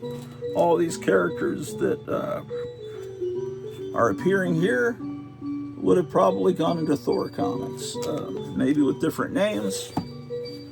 But Kirby's just at a certain point stopped creating new characters for Marvel. Kept his ideas back.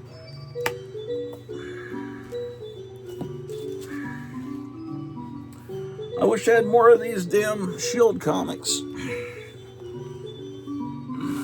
This is number 5. I've got tons of the Strange Tales with the early stories, but then in 1968, Nick Fury got his own comic. This is always one of the classic great covers. Very much inspired by Wally Wood, Jim Steranko cover, number 6. Number 7, Salvador Dali inspired, obviously.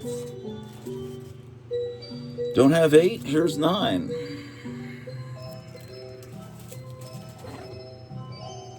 10. Someone had a show, they didn't like this cover. Who was saying? I don't know. Someone was saying, I don't really like this. I think it's a nice covers. With the Agent of Hydra and the ornament. 10. 11.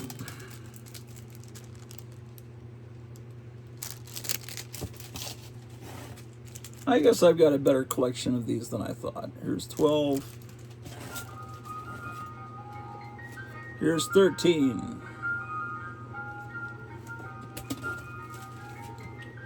14.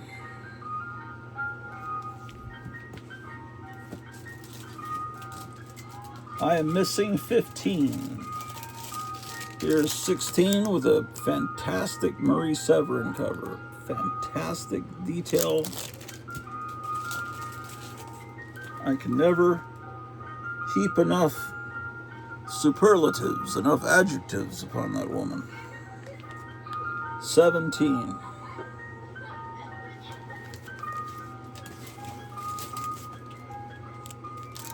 18. Oh, and then we moved to a comic that I dearly love, that I've loved since probably 4th grade. Kid brought a comic to school called Crazy from Marvel.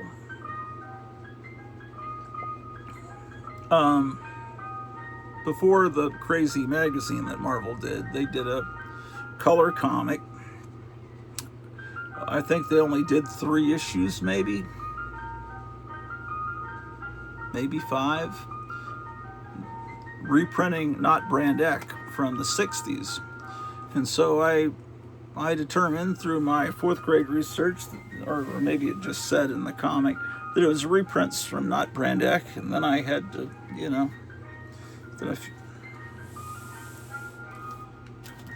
let's see. So I traded that kid for that comic.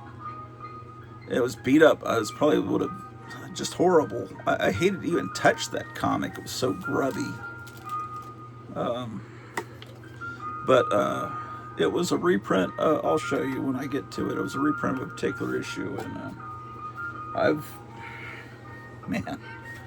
that changed my life. So when I got older, and Lone Star Comics opened in the summer of '77. That would have been 74. So I waited about 3 years before I was able to get my hands on the real thing, Not Brand Echh, from 1967, which was Marvel's parody comic, like Mad Magazine. And they were making fun of, it was designed to make fun of the heroes from other companies, but then they decided their lawyers said maybe we should just make fun of our own comics. But they still made fun of other companies. But the title was,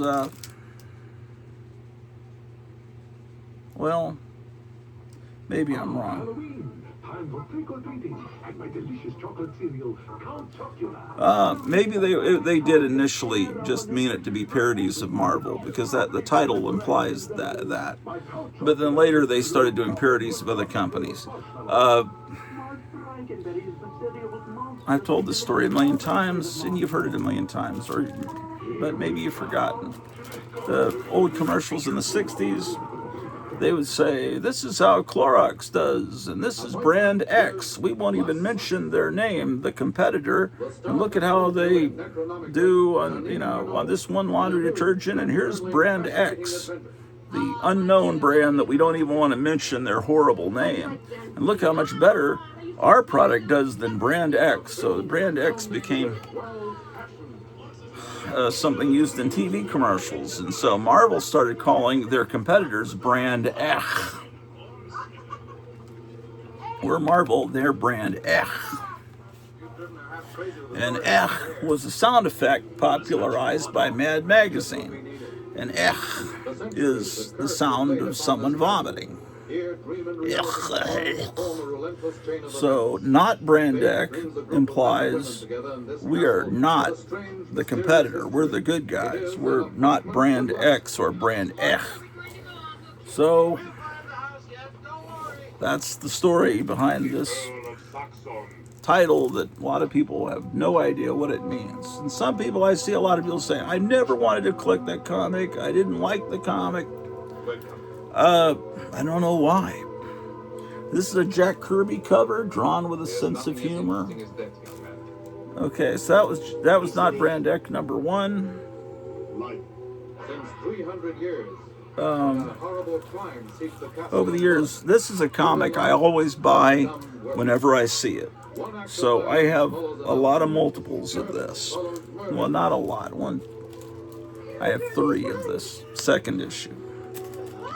And this is issue 2. And in issue 2, they started to have the competitors. They have Batman and Robin.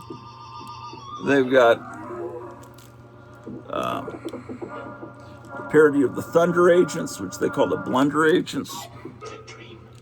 And this is a parody of Magnus Robot Fighter, who's Magnut Robot Biter. And I think they have been fighting Iron Man. So this is the wonderful art of Marie Severin. Not Brand X number 2. This issue was reprinted in that crazy line, but this was not the issue that grabbed me. It's not the one I first saw. This is not Brand X number 3. It's an origin issue. It has the origins of Thor, Hulk, and Captain America, except he's the mighty Sor. And that's Charlie America, and that's the inedible Bulk. There's a Marvel Masterworks that reprints all of these. There were only, was there 12 or was there 14 issues? Let me see.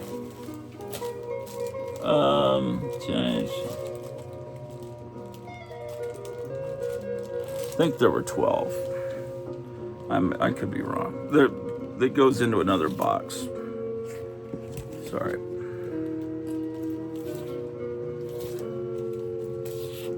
3, 4. This one has an X-Men parody and a Submariner parody and a Daredevil parody. Number 4. The bad guys win. This is just a comic I dearly loved. 5. And the mascot, like Mad Head Alfred E. Newman, was this character Forbish Man.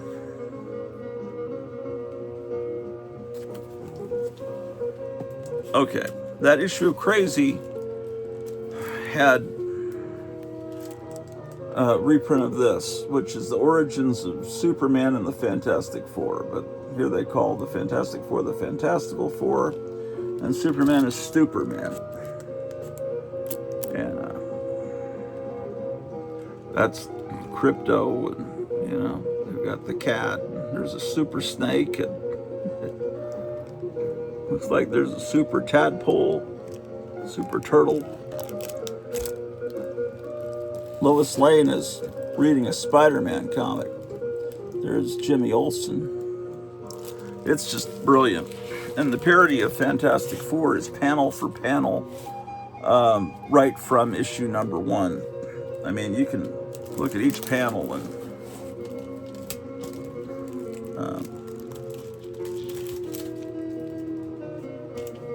maybe I should pull one out.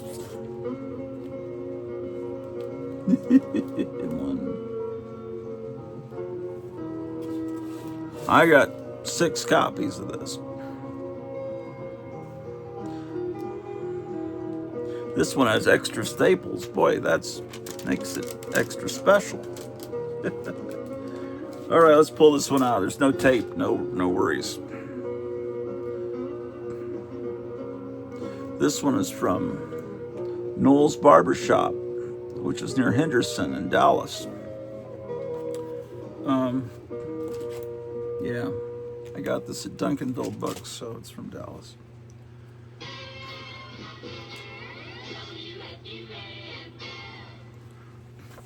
See, Superman. There's Ringo Starr. Lots of guest appearances.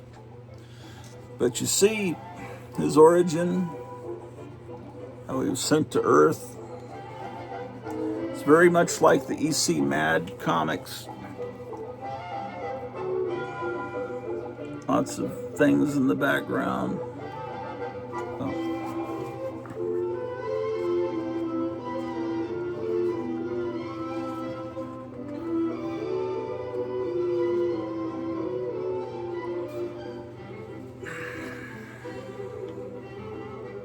I don't know how people don't love this comic, but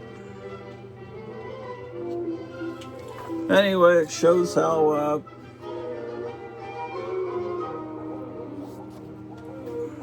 hold on, let me show you. There's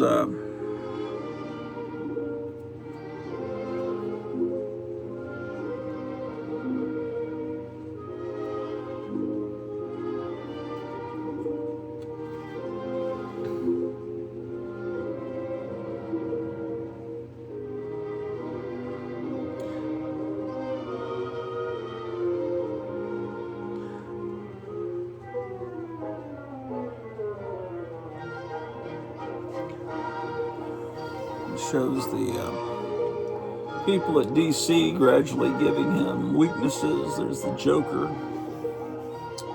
And then all these animals. There's the parody of Crypto.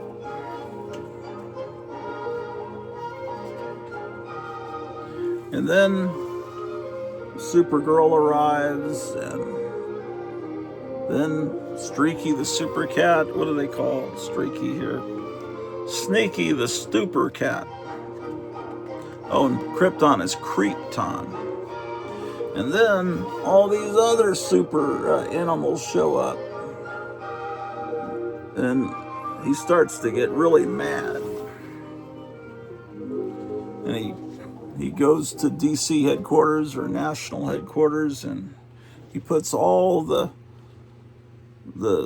super animals and super relatives on a spaceship to send it into space. So he's the only super guy left.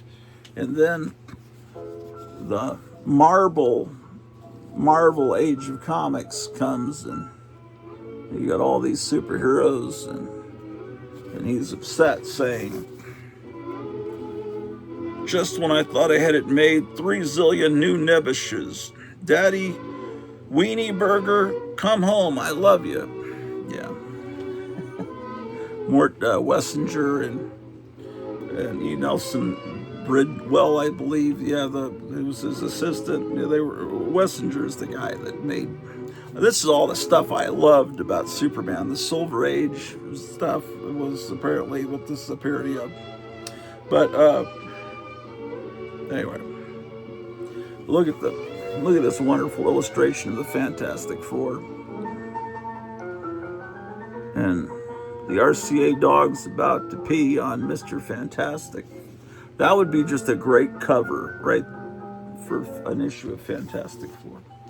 But anyway, the issue starts off with it has a title. It has a table of contents like a lot of modern comics have. It has the origin of the Fantastical Four, and if you ever seen Fantastic Four #1, you know it looks just like this, but it doesn't have Sammy Davis Jr. or Sean Connery, James Bond there. But look at how this is it's callously created by Stan the Man Lee and Jack King Kirby, aided and abetted by Marie Severin. So I don't think Kirby did anything on this. I think that Marie Severin was just going over every panel of Fantastic Four #1, and doing a parody of every panel. So they have to obviously credit him. But she's such a great. Look how she draws the Invisible Girl, and then there's Reagan and Nixon, and of course Reagan at the time was governor of California. There's Frank Sinatra. They get everybody in here. They run up. She runs over a policeman, and it turns out to be Dick Tracy. There's the Thing in a mask shop, putting on a Captain America mask. The guy running the mask shop is Uncle Creepy. Kevin, if you don't have this comic, you need it, because this looks like, doesn't that look like Kevin's store with all these cool masks? There's an Elvis mask.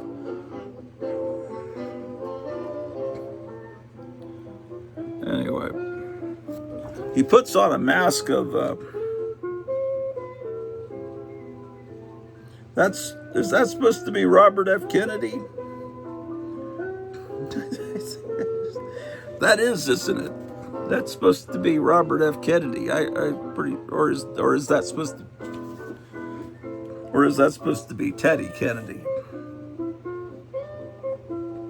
Anyway, it's the same basic storyline of Fantastic Four. The Mr. Fantastic sends out the flare. Oh, that's Lady Bird Johnson. And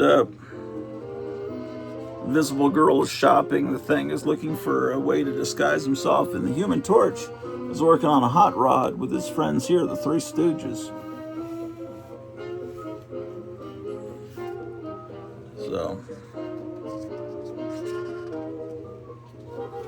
So this has been a lifelong love affair with Marie Severin because of this art. There's Jerry Lewis. I mean, this is just Noel's Barbershop. It's just wonderful. Red Skull and the plane. Anyway, it doesn't go into the Mole Men part of it's just the origin part of the Fantastic Four. So anyway, panel for panel, the page layout is exactly the same as it was in Fantastic Four #1.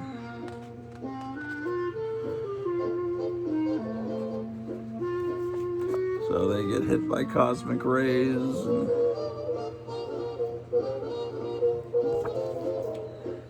I mean, if you tell me I really hate this comic, I don't understand how that's possible. I just don't get it. Look at that. Everything I love about this is just fantastic. Look how Marie Severin draws the Kirby hands. I mean, you just see a love of comics, a love of life, a sense of humor that it just exudes from the pages from Marie Severin, and it's a love for the source material, and it's just so much fun. The comic got a little weak later on. Not Brandeck, kind of weakened. It went to giant size issues. It's kind of the same thing happened with Plop at DC a few years later. The early issues are great, and then they had giant size issues, and they were kind of weak. Oh, here's the giant size. Although this is great. This first giant size issue. Look at this cover. Now they're starting to do movie parodies, like a parody of Bonnie and Clyde, which had the slogan on the movie poster when it came out. They're young, they're in love, and they kill people. And they hoit people. And they're shooting up a sign with all the Marvel heroes. They're all good. I don't mean to knock any of these issues. This one's got this is one of the great covers. It's like that Captain America battle cover. You know the one I'm talking about. But look at all these. Man, that's great. Look at the lizard, the way she draws those big eyes. It's so great. This could be the last issue, possibly. I think it might be with King Kong. I mean, they always were good, but there's a lot of weakness in the late. There's a lot of filler. It's not as good in the. If they edited it down into a regular size comic, it would still have been good. But anyway, that was the. No, there's another issue of not Brand X. It must be in another box where they have Frankenstein on the cover. That's probably the last issue. So that one was. So yeah, I was right. I think there's 12 issues. I just have to find the next box. Which, why don't I do that? We're at 2 hours, 7 minutes. I don't know. We might find it. We might luck out. Oh.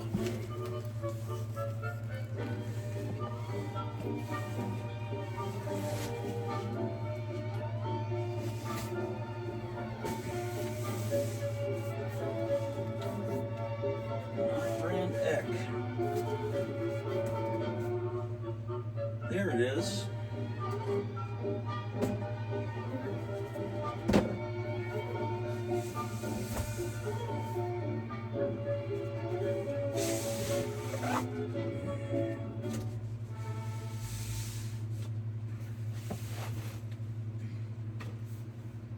But that, what I just showed you, that issue of Not Brand X, if you can't find it, you could get the reprint of Crazy number 3 that has that whole issue and everything's unaltered inside, and it's that one you could probably get for a couple bucks. Not that the Not Brand X issue is that much more.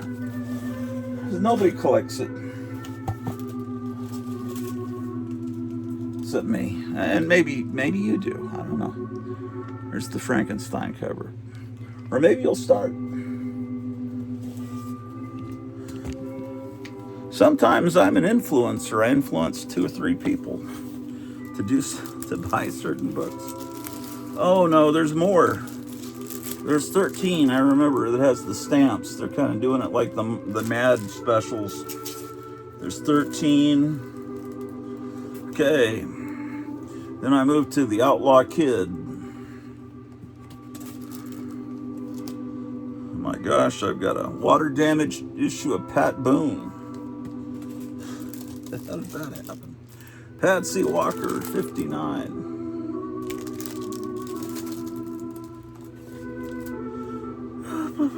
'84. Peter Panda, number, I think that says 22. This thing, Crisis on Infinite Earths, wiped him out too, I guess. This is a comic from right about the turn of the 60s into the 70s. I still consider it Silver Age. It's reprinting Marvel Dennis the Menace ripoffs. I think originally he was like something the Demon. They changed his name to Peter the Little Pest for these reprints. And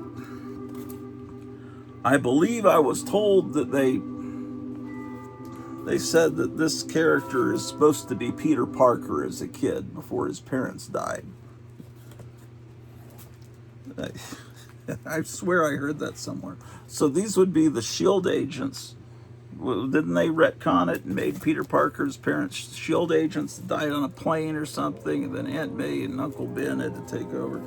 I think so. I think that someone's just having fun pulling our leg, like Trump and Elon Musk might be doing. Phantom Stranger, 10. I hope that they're pulling our leg. 10. Here's 15. I just can't stop looking through these boxes, man. It cheers me up. 18. Maybe Trump and Elon Musk are kissing and making up right now. Plastic Man, the 60s revival, and then there was a 70s revival about exactly 10 years later in 76. Or was it late 75? Somewhere in there. Rawhide Kid, number 60. 61. This says beautiful colors on it. Here is Real Screen Comics 39. This is a oldie but a goldie. Yeah, these comics, whenever I can find them, they seem to have been in someplace hot for a while. Tons of, you don't need to know the cover. You don't need to know the numbers. I mean, you can look them up on mycomicshop.com and figure out the numbers if you really need to acquire these. They're good comics, man. What can I tell you?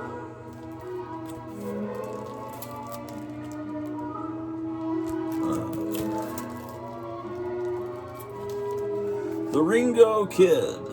That's my only copy of the Ringo Kid, at least from the Silver Age. I think I have some Bronze Age ones, but I never really bought Westerns. As a kid, now I think they're cool. I never really bought Kung Fu comics when they were really big in the mid-70s. In the late 70s, I started getting Master of Kung Fu at Lone Star Comics. I realized this Paul Galassi art is really good. I should try this comic, but something about martial arts in comic form, it just never grabbed me. It seems like something you gotta see in a movie. But Bruce Lee was popular and they started making all these martial arts comics. And I never caught on to that 70s fad. And Westerns, I always thought, who buys these Westerns, man? They never seem to sell off the spinner rack. I like Western movies, but as comics, but there's good ones. Oh, well, I did like, later on, I did like Jonah Hex and Scalp Hunter. So that's not true. I do like Western well, the DC ones. I don't know. I like them all now. It's just back then I was a little... feel like I'm in the mall in Dawn of the Dead, don't you? 28. This was always a very easy comic to collect as well. It was hard to find them, but if you found them, it's like, man, these comics cost nothing. Some issues of Secret Origins. Some of these are old, some of them are new. I don't know, maybe we should stop. Let's skip over those. Secret 6. This is a comic that I like. Swing with Scooter, number 1.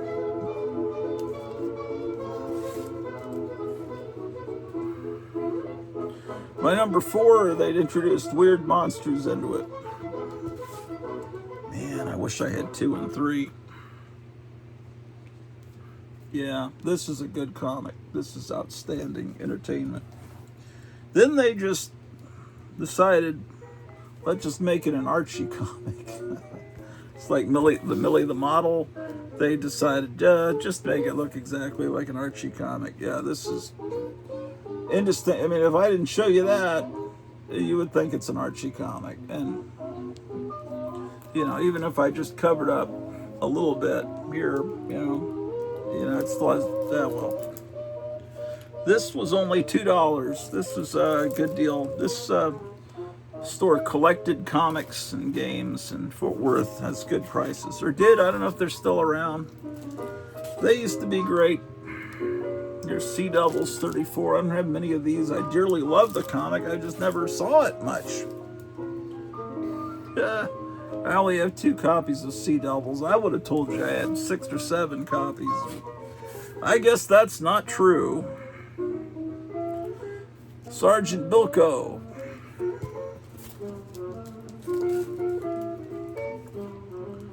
And here's Sergeant Fury and his Howling Commandos, number 3.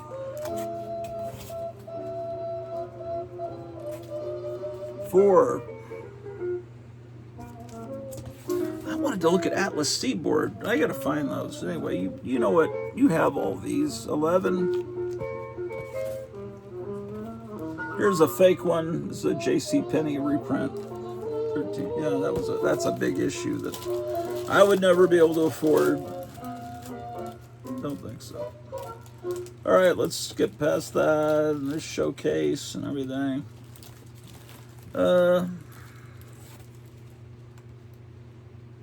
He has a showcase that has a Doctor No adaptation that came out before the movie. And this one, I always wondered if the TV show I Spy got their name from this comic.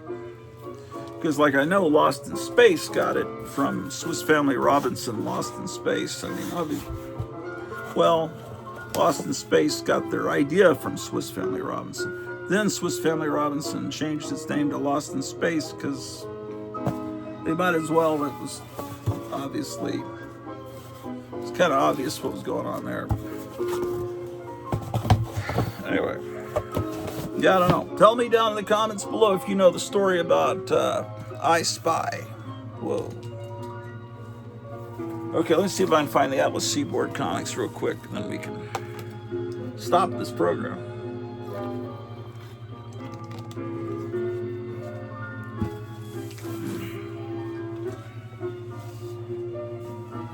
I don't know. I try to make a show that would entertain myself. I think I would, if I would tuned into this show that I created today, that I would be entertained by it. That's what I try to do, is create shows that would entertain myself. If I was watching someone else I didn't know, that's, you know, it's just, that's how it is.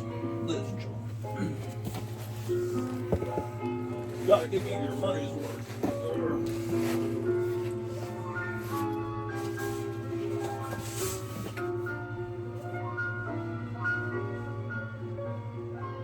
Okay. Come on, Atlas Seaboard. Dennis the Menace, Charlton, Gold Key. I think Night Tiger has a show up about Charlton Comics. I saw it this morning listed, and I haven't had a chance to watch it yet.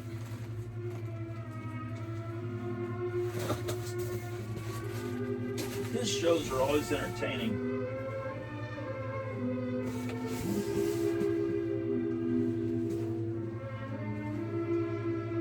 You know, Night Tiger, when I put on Night Tiger's shows, my wife can watch them. She says, finally someone that's not a nerd. So, some shows she has trouble with.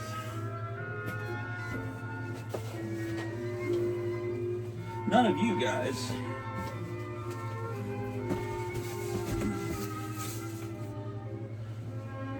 But she's not a comic book.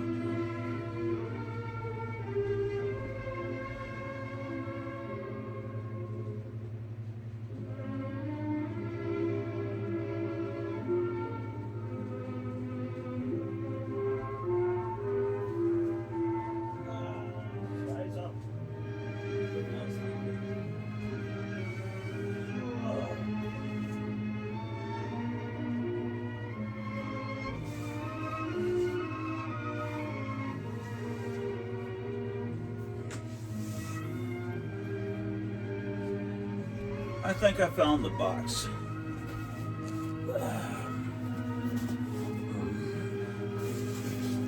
I still have not ever seen in person. Where are my, oh, my glasses.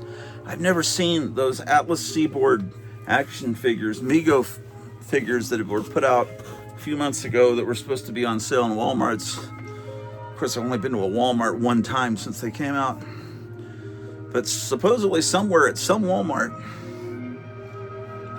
they've done figures of 4 of the Atlas Seaboard characters. But often people will be showing these comics, and I'll think, do I have that issue? It was an exciting time when I was in 4th grade when this new comic company came along, and I thought I was in on the ground floor. I missed the early 60s. I wasn't born until 65. I didn't get to buy all the cool early appearances of all the Marvel heroes. So here's a company that's starting right when I can get in on it. And but unfortunately, they only lasted a few months. There's only about 4 issues of each comic title. They were trying to create, even with the strip across the top. They're trying to make them look like Marvel Comics. So this was Atlas Seaboard's attempt to make a Conan comic. But he has a fake jaw. It's the evil sorceress. This is called the Barbarians. Usually you can find these a lot of times for $2. Maybe they're more now. This one doesn't really look like Sergeant Fury. This really looks more like a DC war comic, but really what they were trying to do was run. This company was created out of spite and anger. And it was Martin Goodman trying to run, Martin Goodman was the publisher of Marvel, and for years, and was really important in the success of Marvel. Stan Lee was the editor, and when Martin Goodman retired, he wanted his son Chip Goodman to follow in his footsteps, and instead they put Stan Lee in, and he was pissed.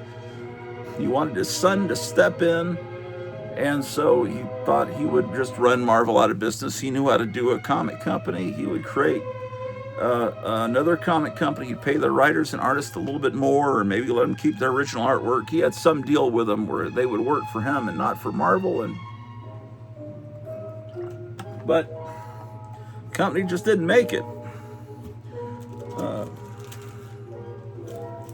Here's The Brute, #1, which was their version of the Hulk. It kind of looks like a Nephilim. Yeah. These what I'm showing you here are the Brute. These are ones I bought when I was a kid in 4th grade. So, see, it looks like one of those early Hulk covers. He's fighting monsters. But there's something about these comics that was a little more brutal, a little more violent, and even there's a little bit more cursing. Not horrible cursing, but, you know, damn or hell. It seems like things slip through a little bit more than they would at Marvel or DC. Here's The Brute #3.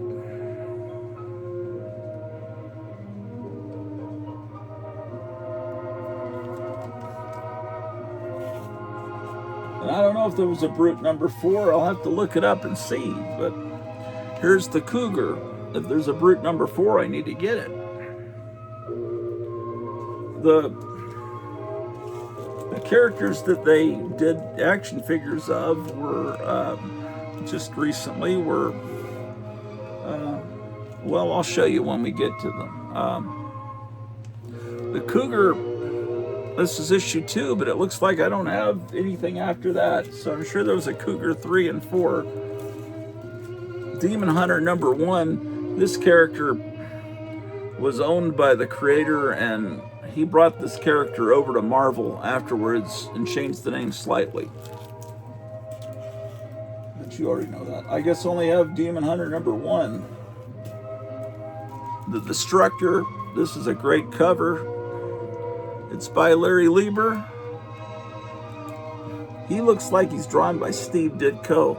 She looks like a Wally Wood illustration, but it's Larry Lieber, who is Stan Lee's brother, because Stan Lee's real name is Stanley Lieber, but he didn't want to use that name.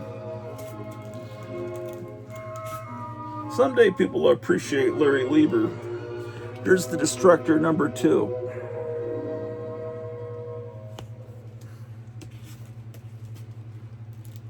Oop, that's not right.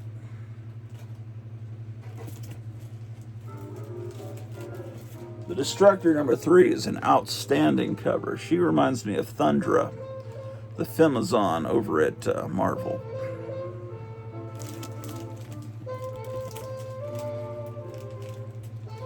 Well, here's Destructor #4.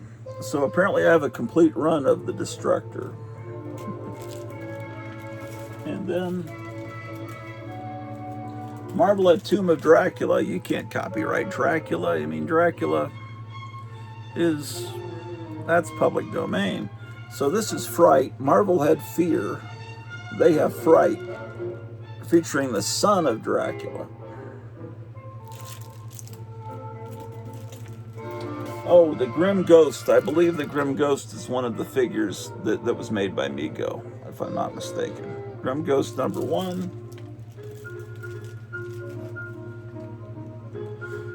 I don't have 2. Here's 3. I got to get on that, man. I've just been going through life for 50 years. Yeah, 50 years. Whenever I see an Atlas Seaboard comic, I pick it up. But I really ought to get onto the mail order thing and like actually try to, because it wouldn't be hard to fill in these gaps. Iron Jaw. This is a Neil Adams cover, number 1. He was also in that Barbarians comic. Here's 2.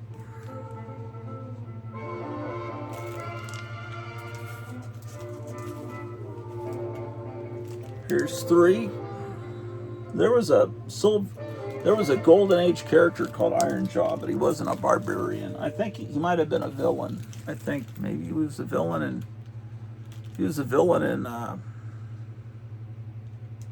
some comic about it was about a team of kids. I think they were up against Iron Jaw 3. It was I can't remember their name right now. That was 3. So I have the whole run of Iron Jaw. 4. John Target, Manstalker. Now, I don't know what would be the equivalent of him in Marvel. Maybe Daredevil. Oh, that's number 2. I don't have number 1. Here's 3. Yeah, it kind of looks like a Daredevil cover, doesn't it?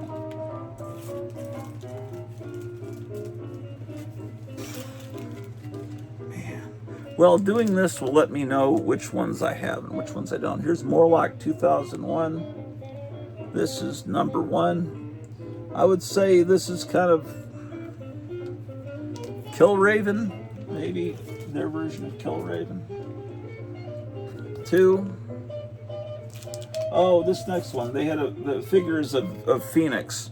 And what they do is when you get the figure, there's a comic, a facsimile, a reproduction of this in the back behind the toy. So you'll be able to see what the original comic looked like.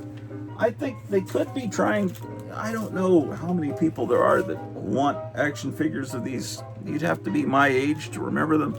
I think they're trying to stimulate interest in them to maybe do a series of movies based on these characters, but Marvel is destroying their whole movie franchise. It's been destroyed. No one gets excited about Marvel movies anymore. DC, I think, is going to take off with the James Gunn Superman, but there's a lot of people online that are upset because they want their Snyder stuff back with Henry Cavill, so... But I think the Superman movie is going to be a big hit. And I think there's a lot of people excited about Crypto that never knew about Crypto before until that trailer. A lot of women are going to want to see it, and kids. See, they were desperate. The character looked like that in issue 3, and a lot of these characters had major revamps in their costumes with issue 4, and then issue 5 never happened. The one that I was most excited about in 4th grade was this Planet of the Vampires, which is like, man, I don't know what we would say. This is like Planet of the Apes meets Killraven meets... I don't really know what comic you would say is... and then, of course, this vampire looks a lot like Marvel's Tomb of Dracula. It's I enjoyed Planet of the Vampires. Here's issue 3.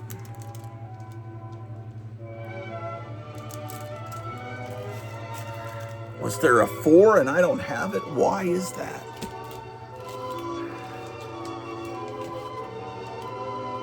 Lomax. I don't know what the Marvel equivalent would be of this. I think it's more like a TV show from the 70s. I only have issue 1. Here's Sergeant Stryker's Death Squad. To me, this looks more like Sergeant Rock than it does Sergeant Fury. Ooh, that's a great cover. Look at that. Underwater.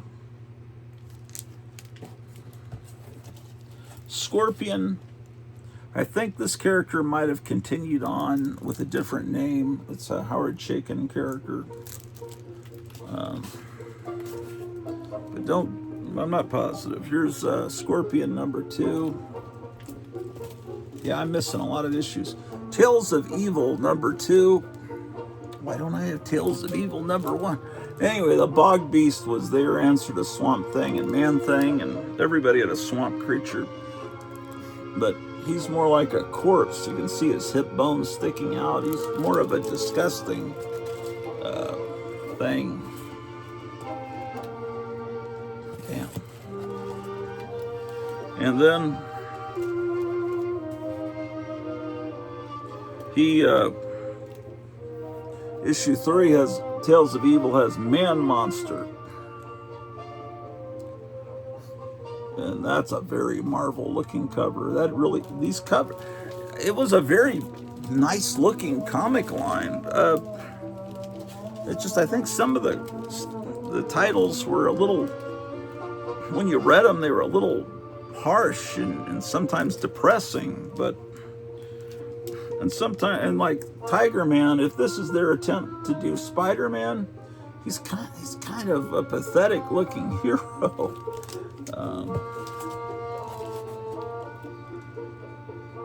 I don't have 2, I have 3.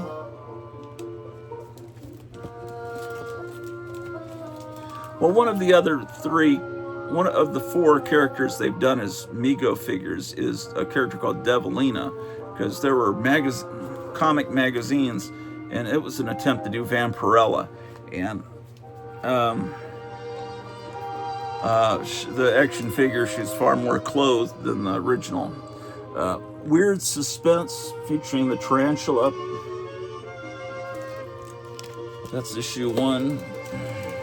Here's Weird Suspense number 2. Beautiful cover.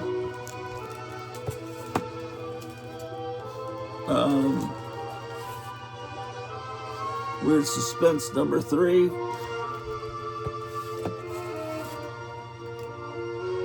Wolf the Barbarian number 2.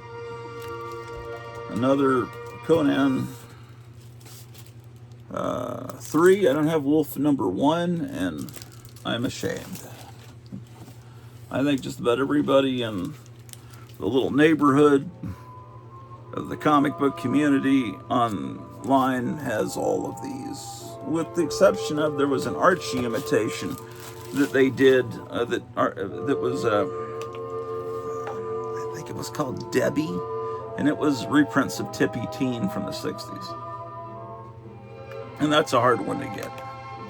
Right, and it's expensive. What else is in this box? I also have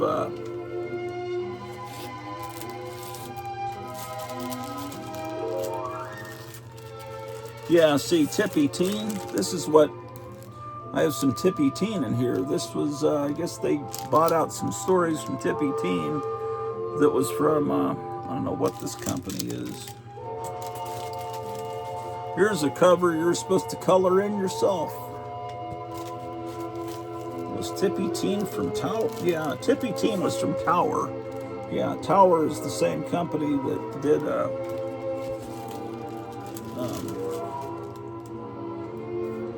here they've got Herman's Hermits on the cover.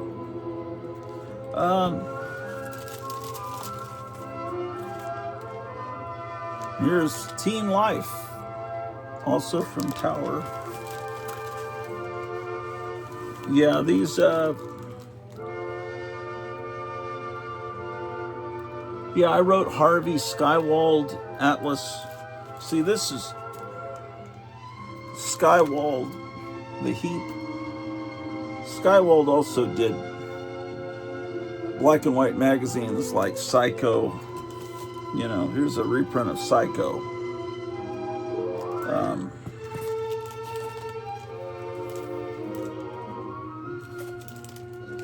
Oh, Oh, this is right. I'm finding some books I was wondering where these were.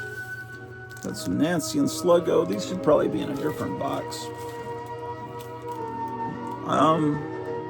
I should put these in my Golden Age box. This was the Captain Marvel from April of '66.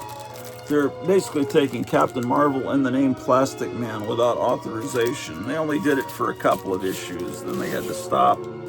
Then later Marvel took Captain Marvel's name. This one is they're even trying to do Batman.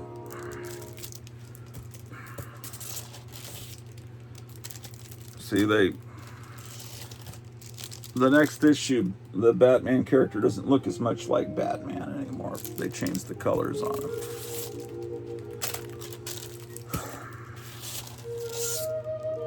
Captain Marvel presents the Terrible Five.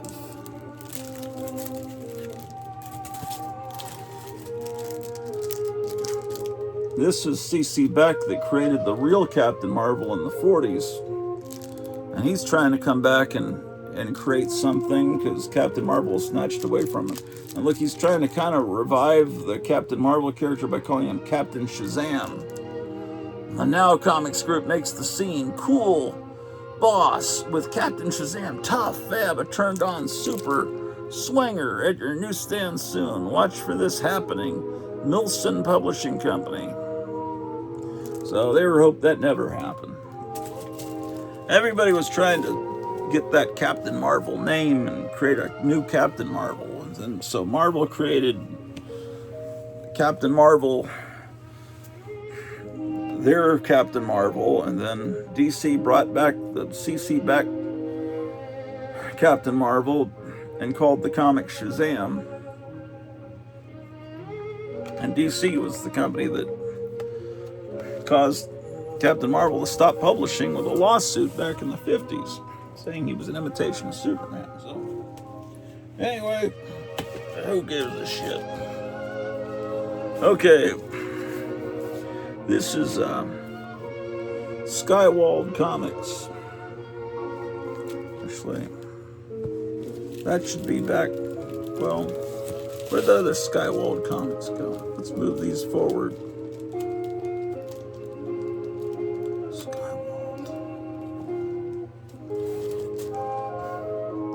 Wait, Skywald and Tower the same? No, they aren't the same. Okay. Okay, Skywald. Tower.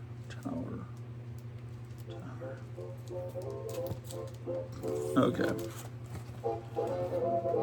This is Tower Comics. Same. And this is also Tower Comics. Look at how they're, man. You don't see comic covers like that anymore. And then this is also Tower Comics. Go and Animal.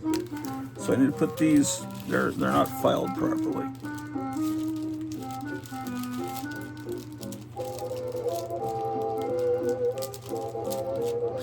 Tower. Okay.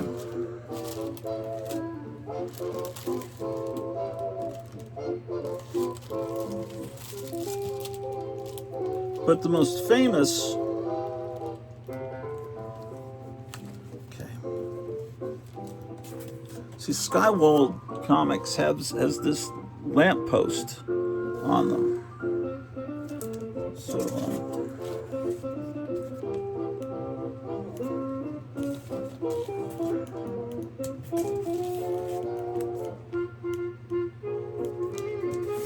okay, Tower was most famous for these Thunder Agents comics. There's Dynamo. They had the Thunder Agents comic, and then they had individual titles too.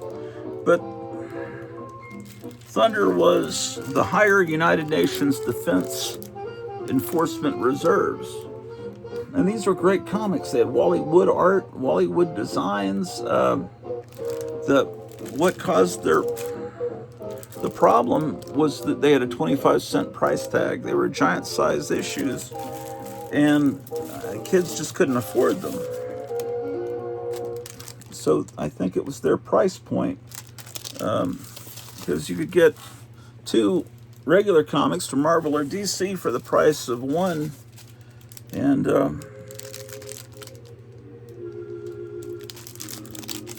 but in a perfect world, these comics would have sold. They're really good, and you know, there's just such a glut of comics in the wake of the Batman TV series coming on, and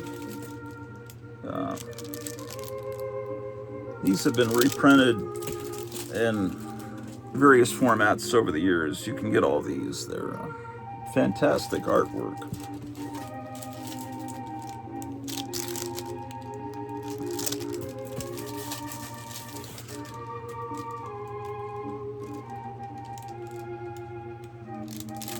Number 18. This one has unfortunate text, very ugly looking text balloons. You know, they just, the way they wrote Menthor and just, yeah. But it's a good, the cover's great. It just,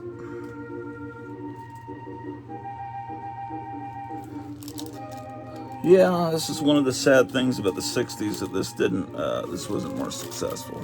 Well, that's that box. So it has Tower, Skywald, and Atlas Seaboard. Okay, well, how about that, ladies and gentlemen?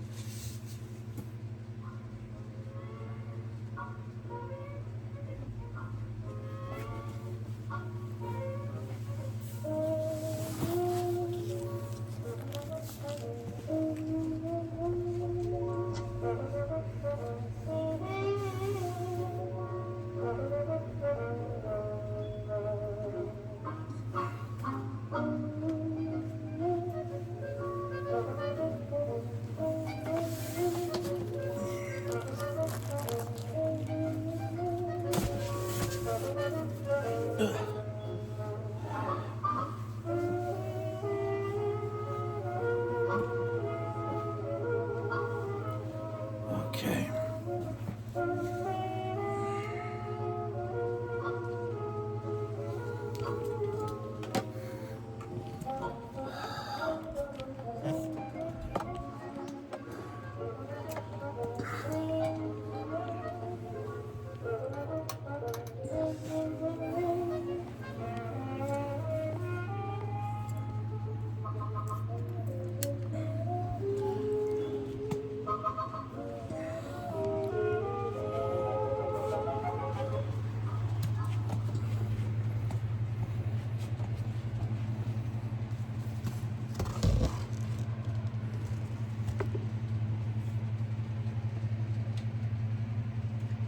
Okay, let's turn off the stereo. Oh, this is that painting I was telling you about of Morrissey as a saint. I mean, I guess, I don't know.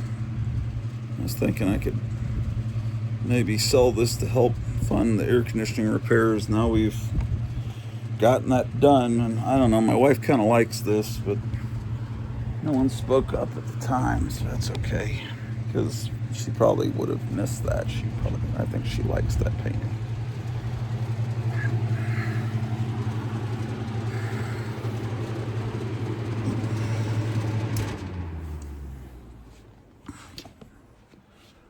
Okay.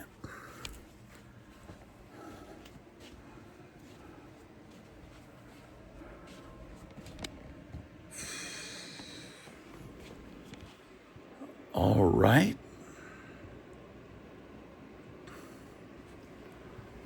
I've got this dehumidifier running, but it never says we have 40% humidity. Let's see if it's got, usually what happens is there's a red light on it, and There's hardly any water in there. Later in the summer, I'll have to empty it. Here's the vents in the floor. I guess there's air conditioner's not running at the second because it's kind of cool outside.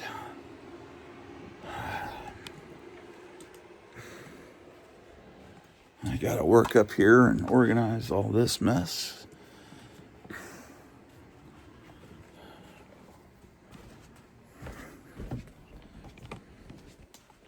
Just put this picture of Connie Francis there.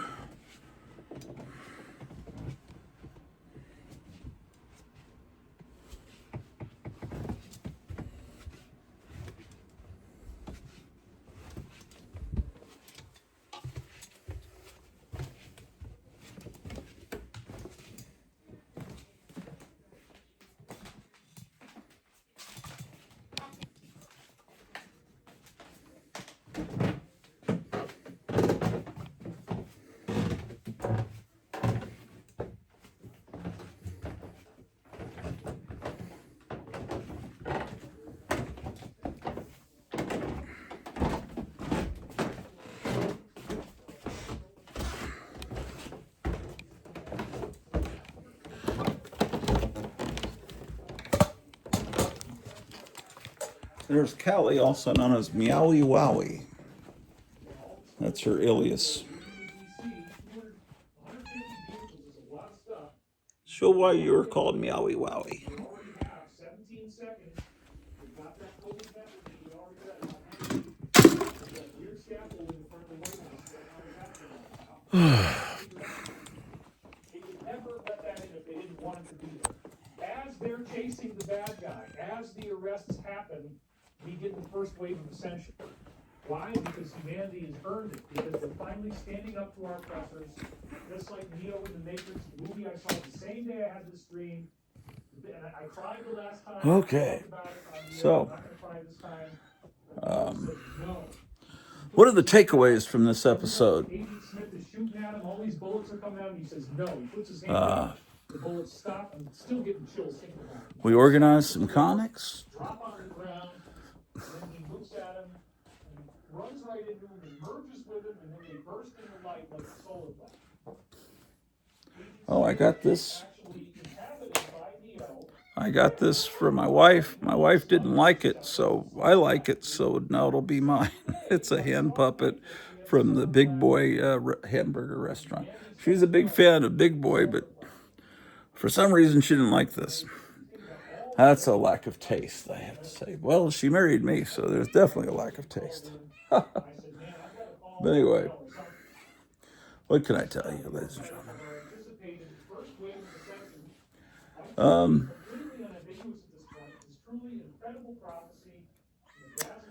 Yeah. Yeah, buddy. What you need in there, cat? Solar storm, basically a mini solar flash, not the full-blown coronal massive. We're looking at a full-scale coronal massive. The phone out of this. But this is still an utterly massive storm. So I had a dream about a solar flash, and then on the very day that we did our last show, June 1st, we had a Ooh. huge geomagnetic Don't walk in storm front of me, Kelly. appearing on Earth from this huge solar flash. So I mean, talk about synchronicity, right? Talk about synchronicity. Well, it's be careful. It's 3:15 p.m. in the afternoon. See how the other cats are doing. There's Ambrose the cat, and here's Ellen, the wonderful cat, and Kelly the cat, and they're watching the rainfall. And I guess I'll be back pretty soon. I'm gonna make some changes to the basement, and I'll do that. Unless you want to see me making the changes to the basement, tell me down below. If not, I'll do it, and then I'll just surprise you in the next episode. But if you want to get some, I don't know. You let me know if you want to see me in the process of moving stuff around.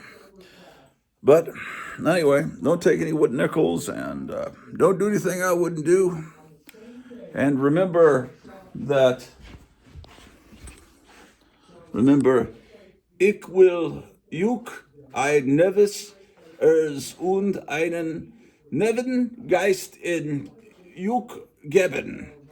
Schalz in un Gott ein reines Herz. That's what they all say, ladies and gentlemen. Take care.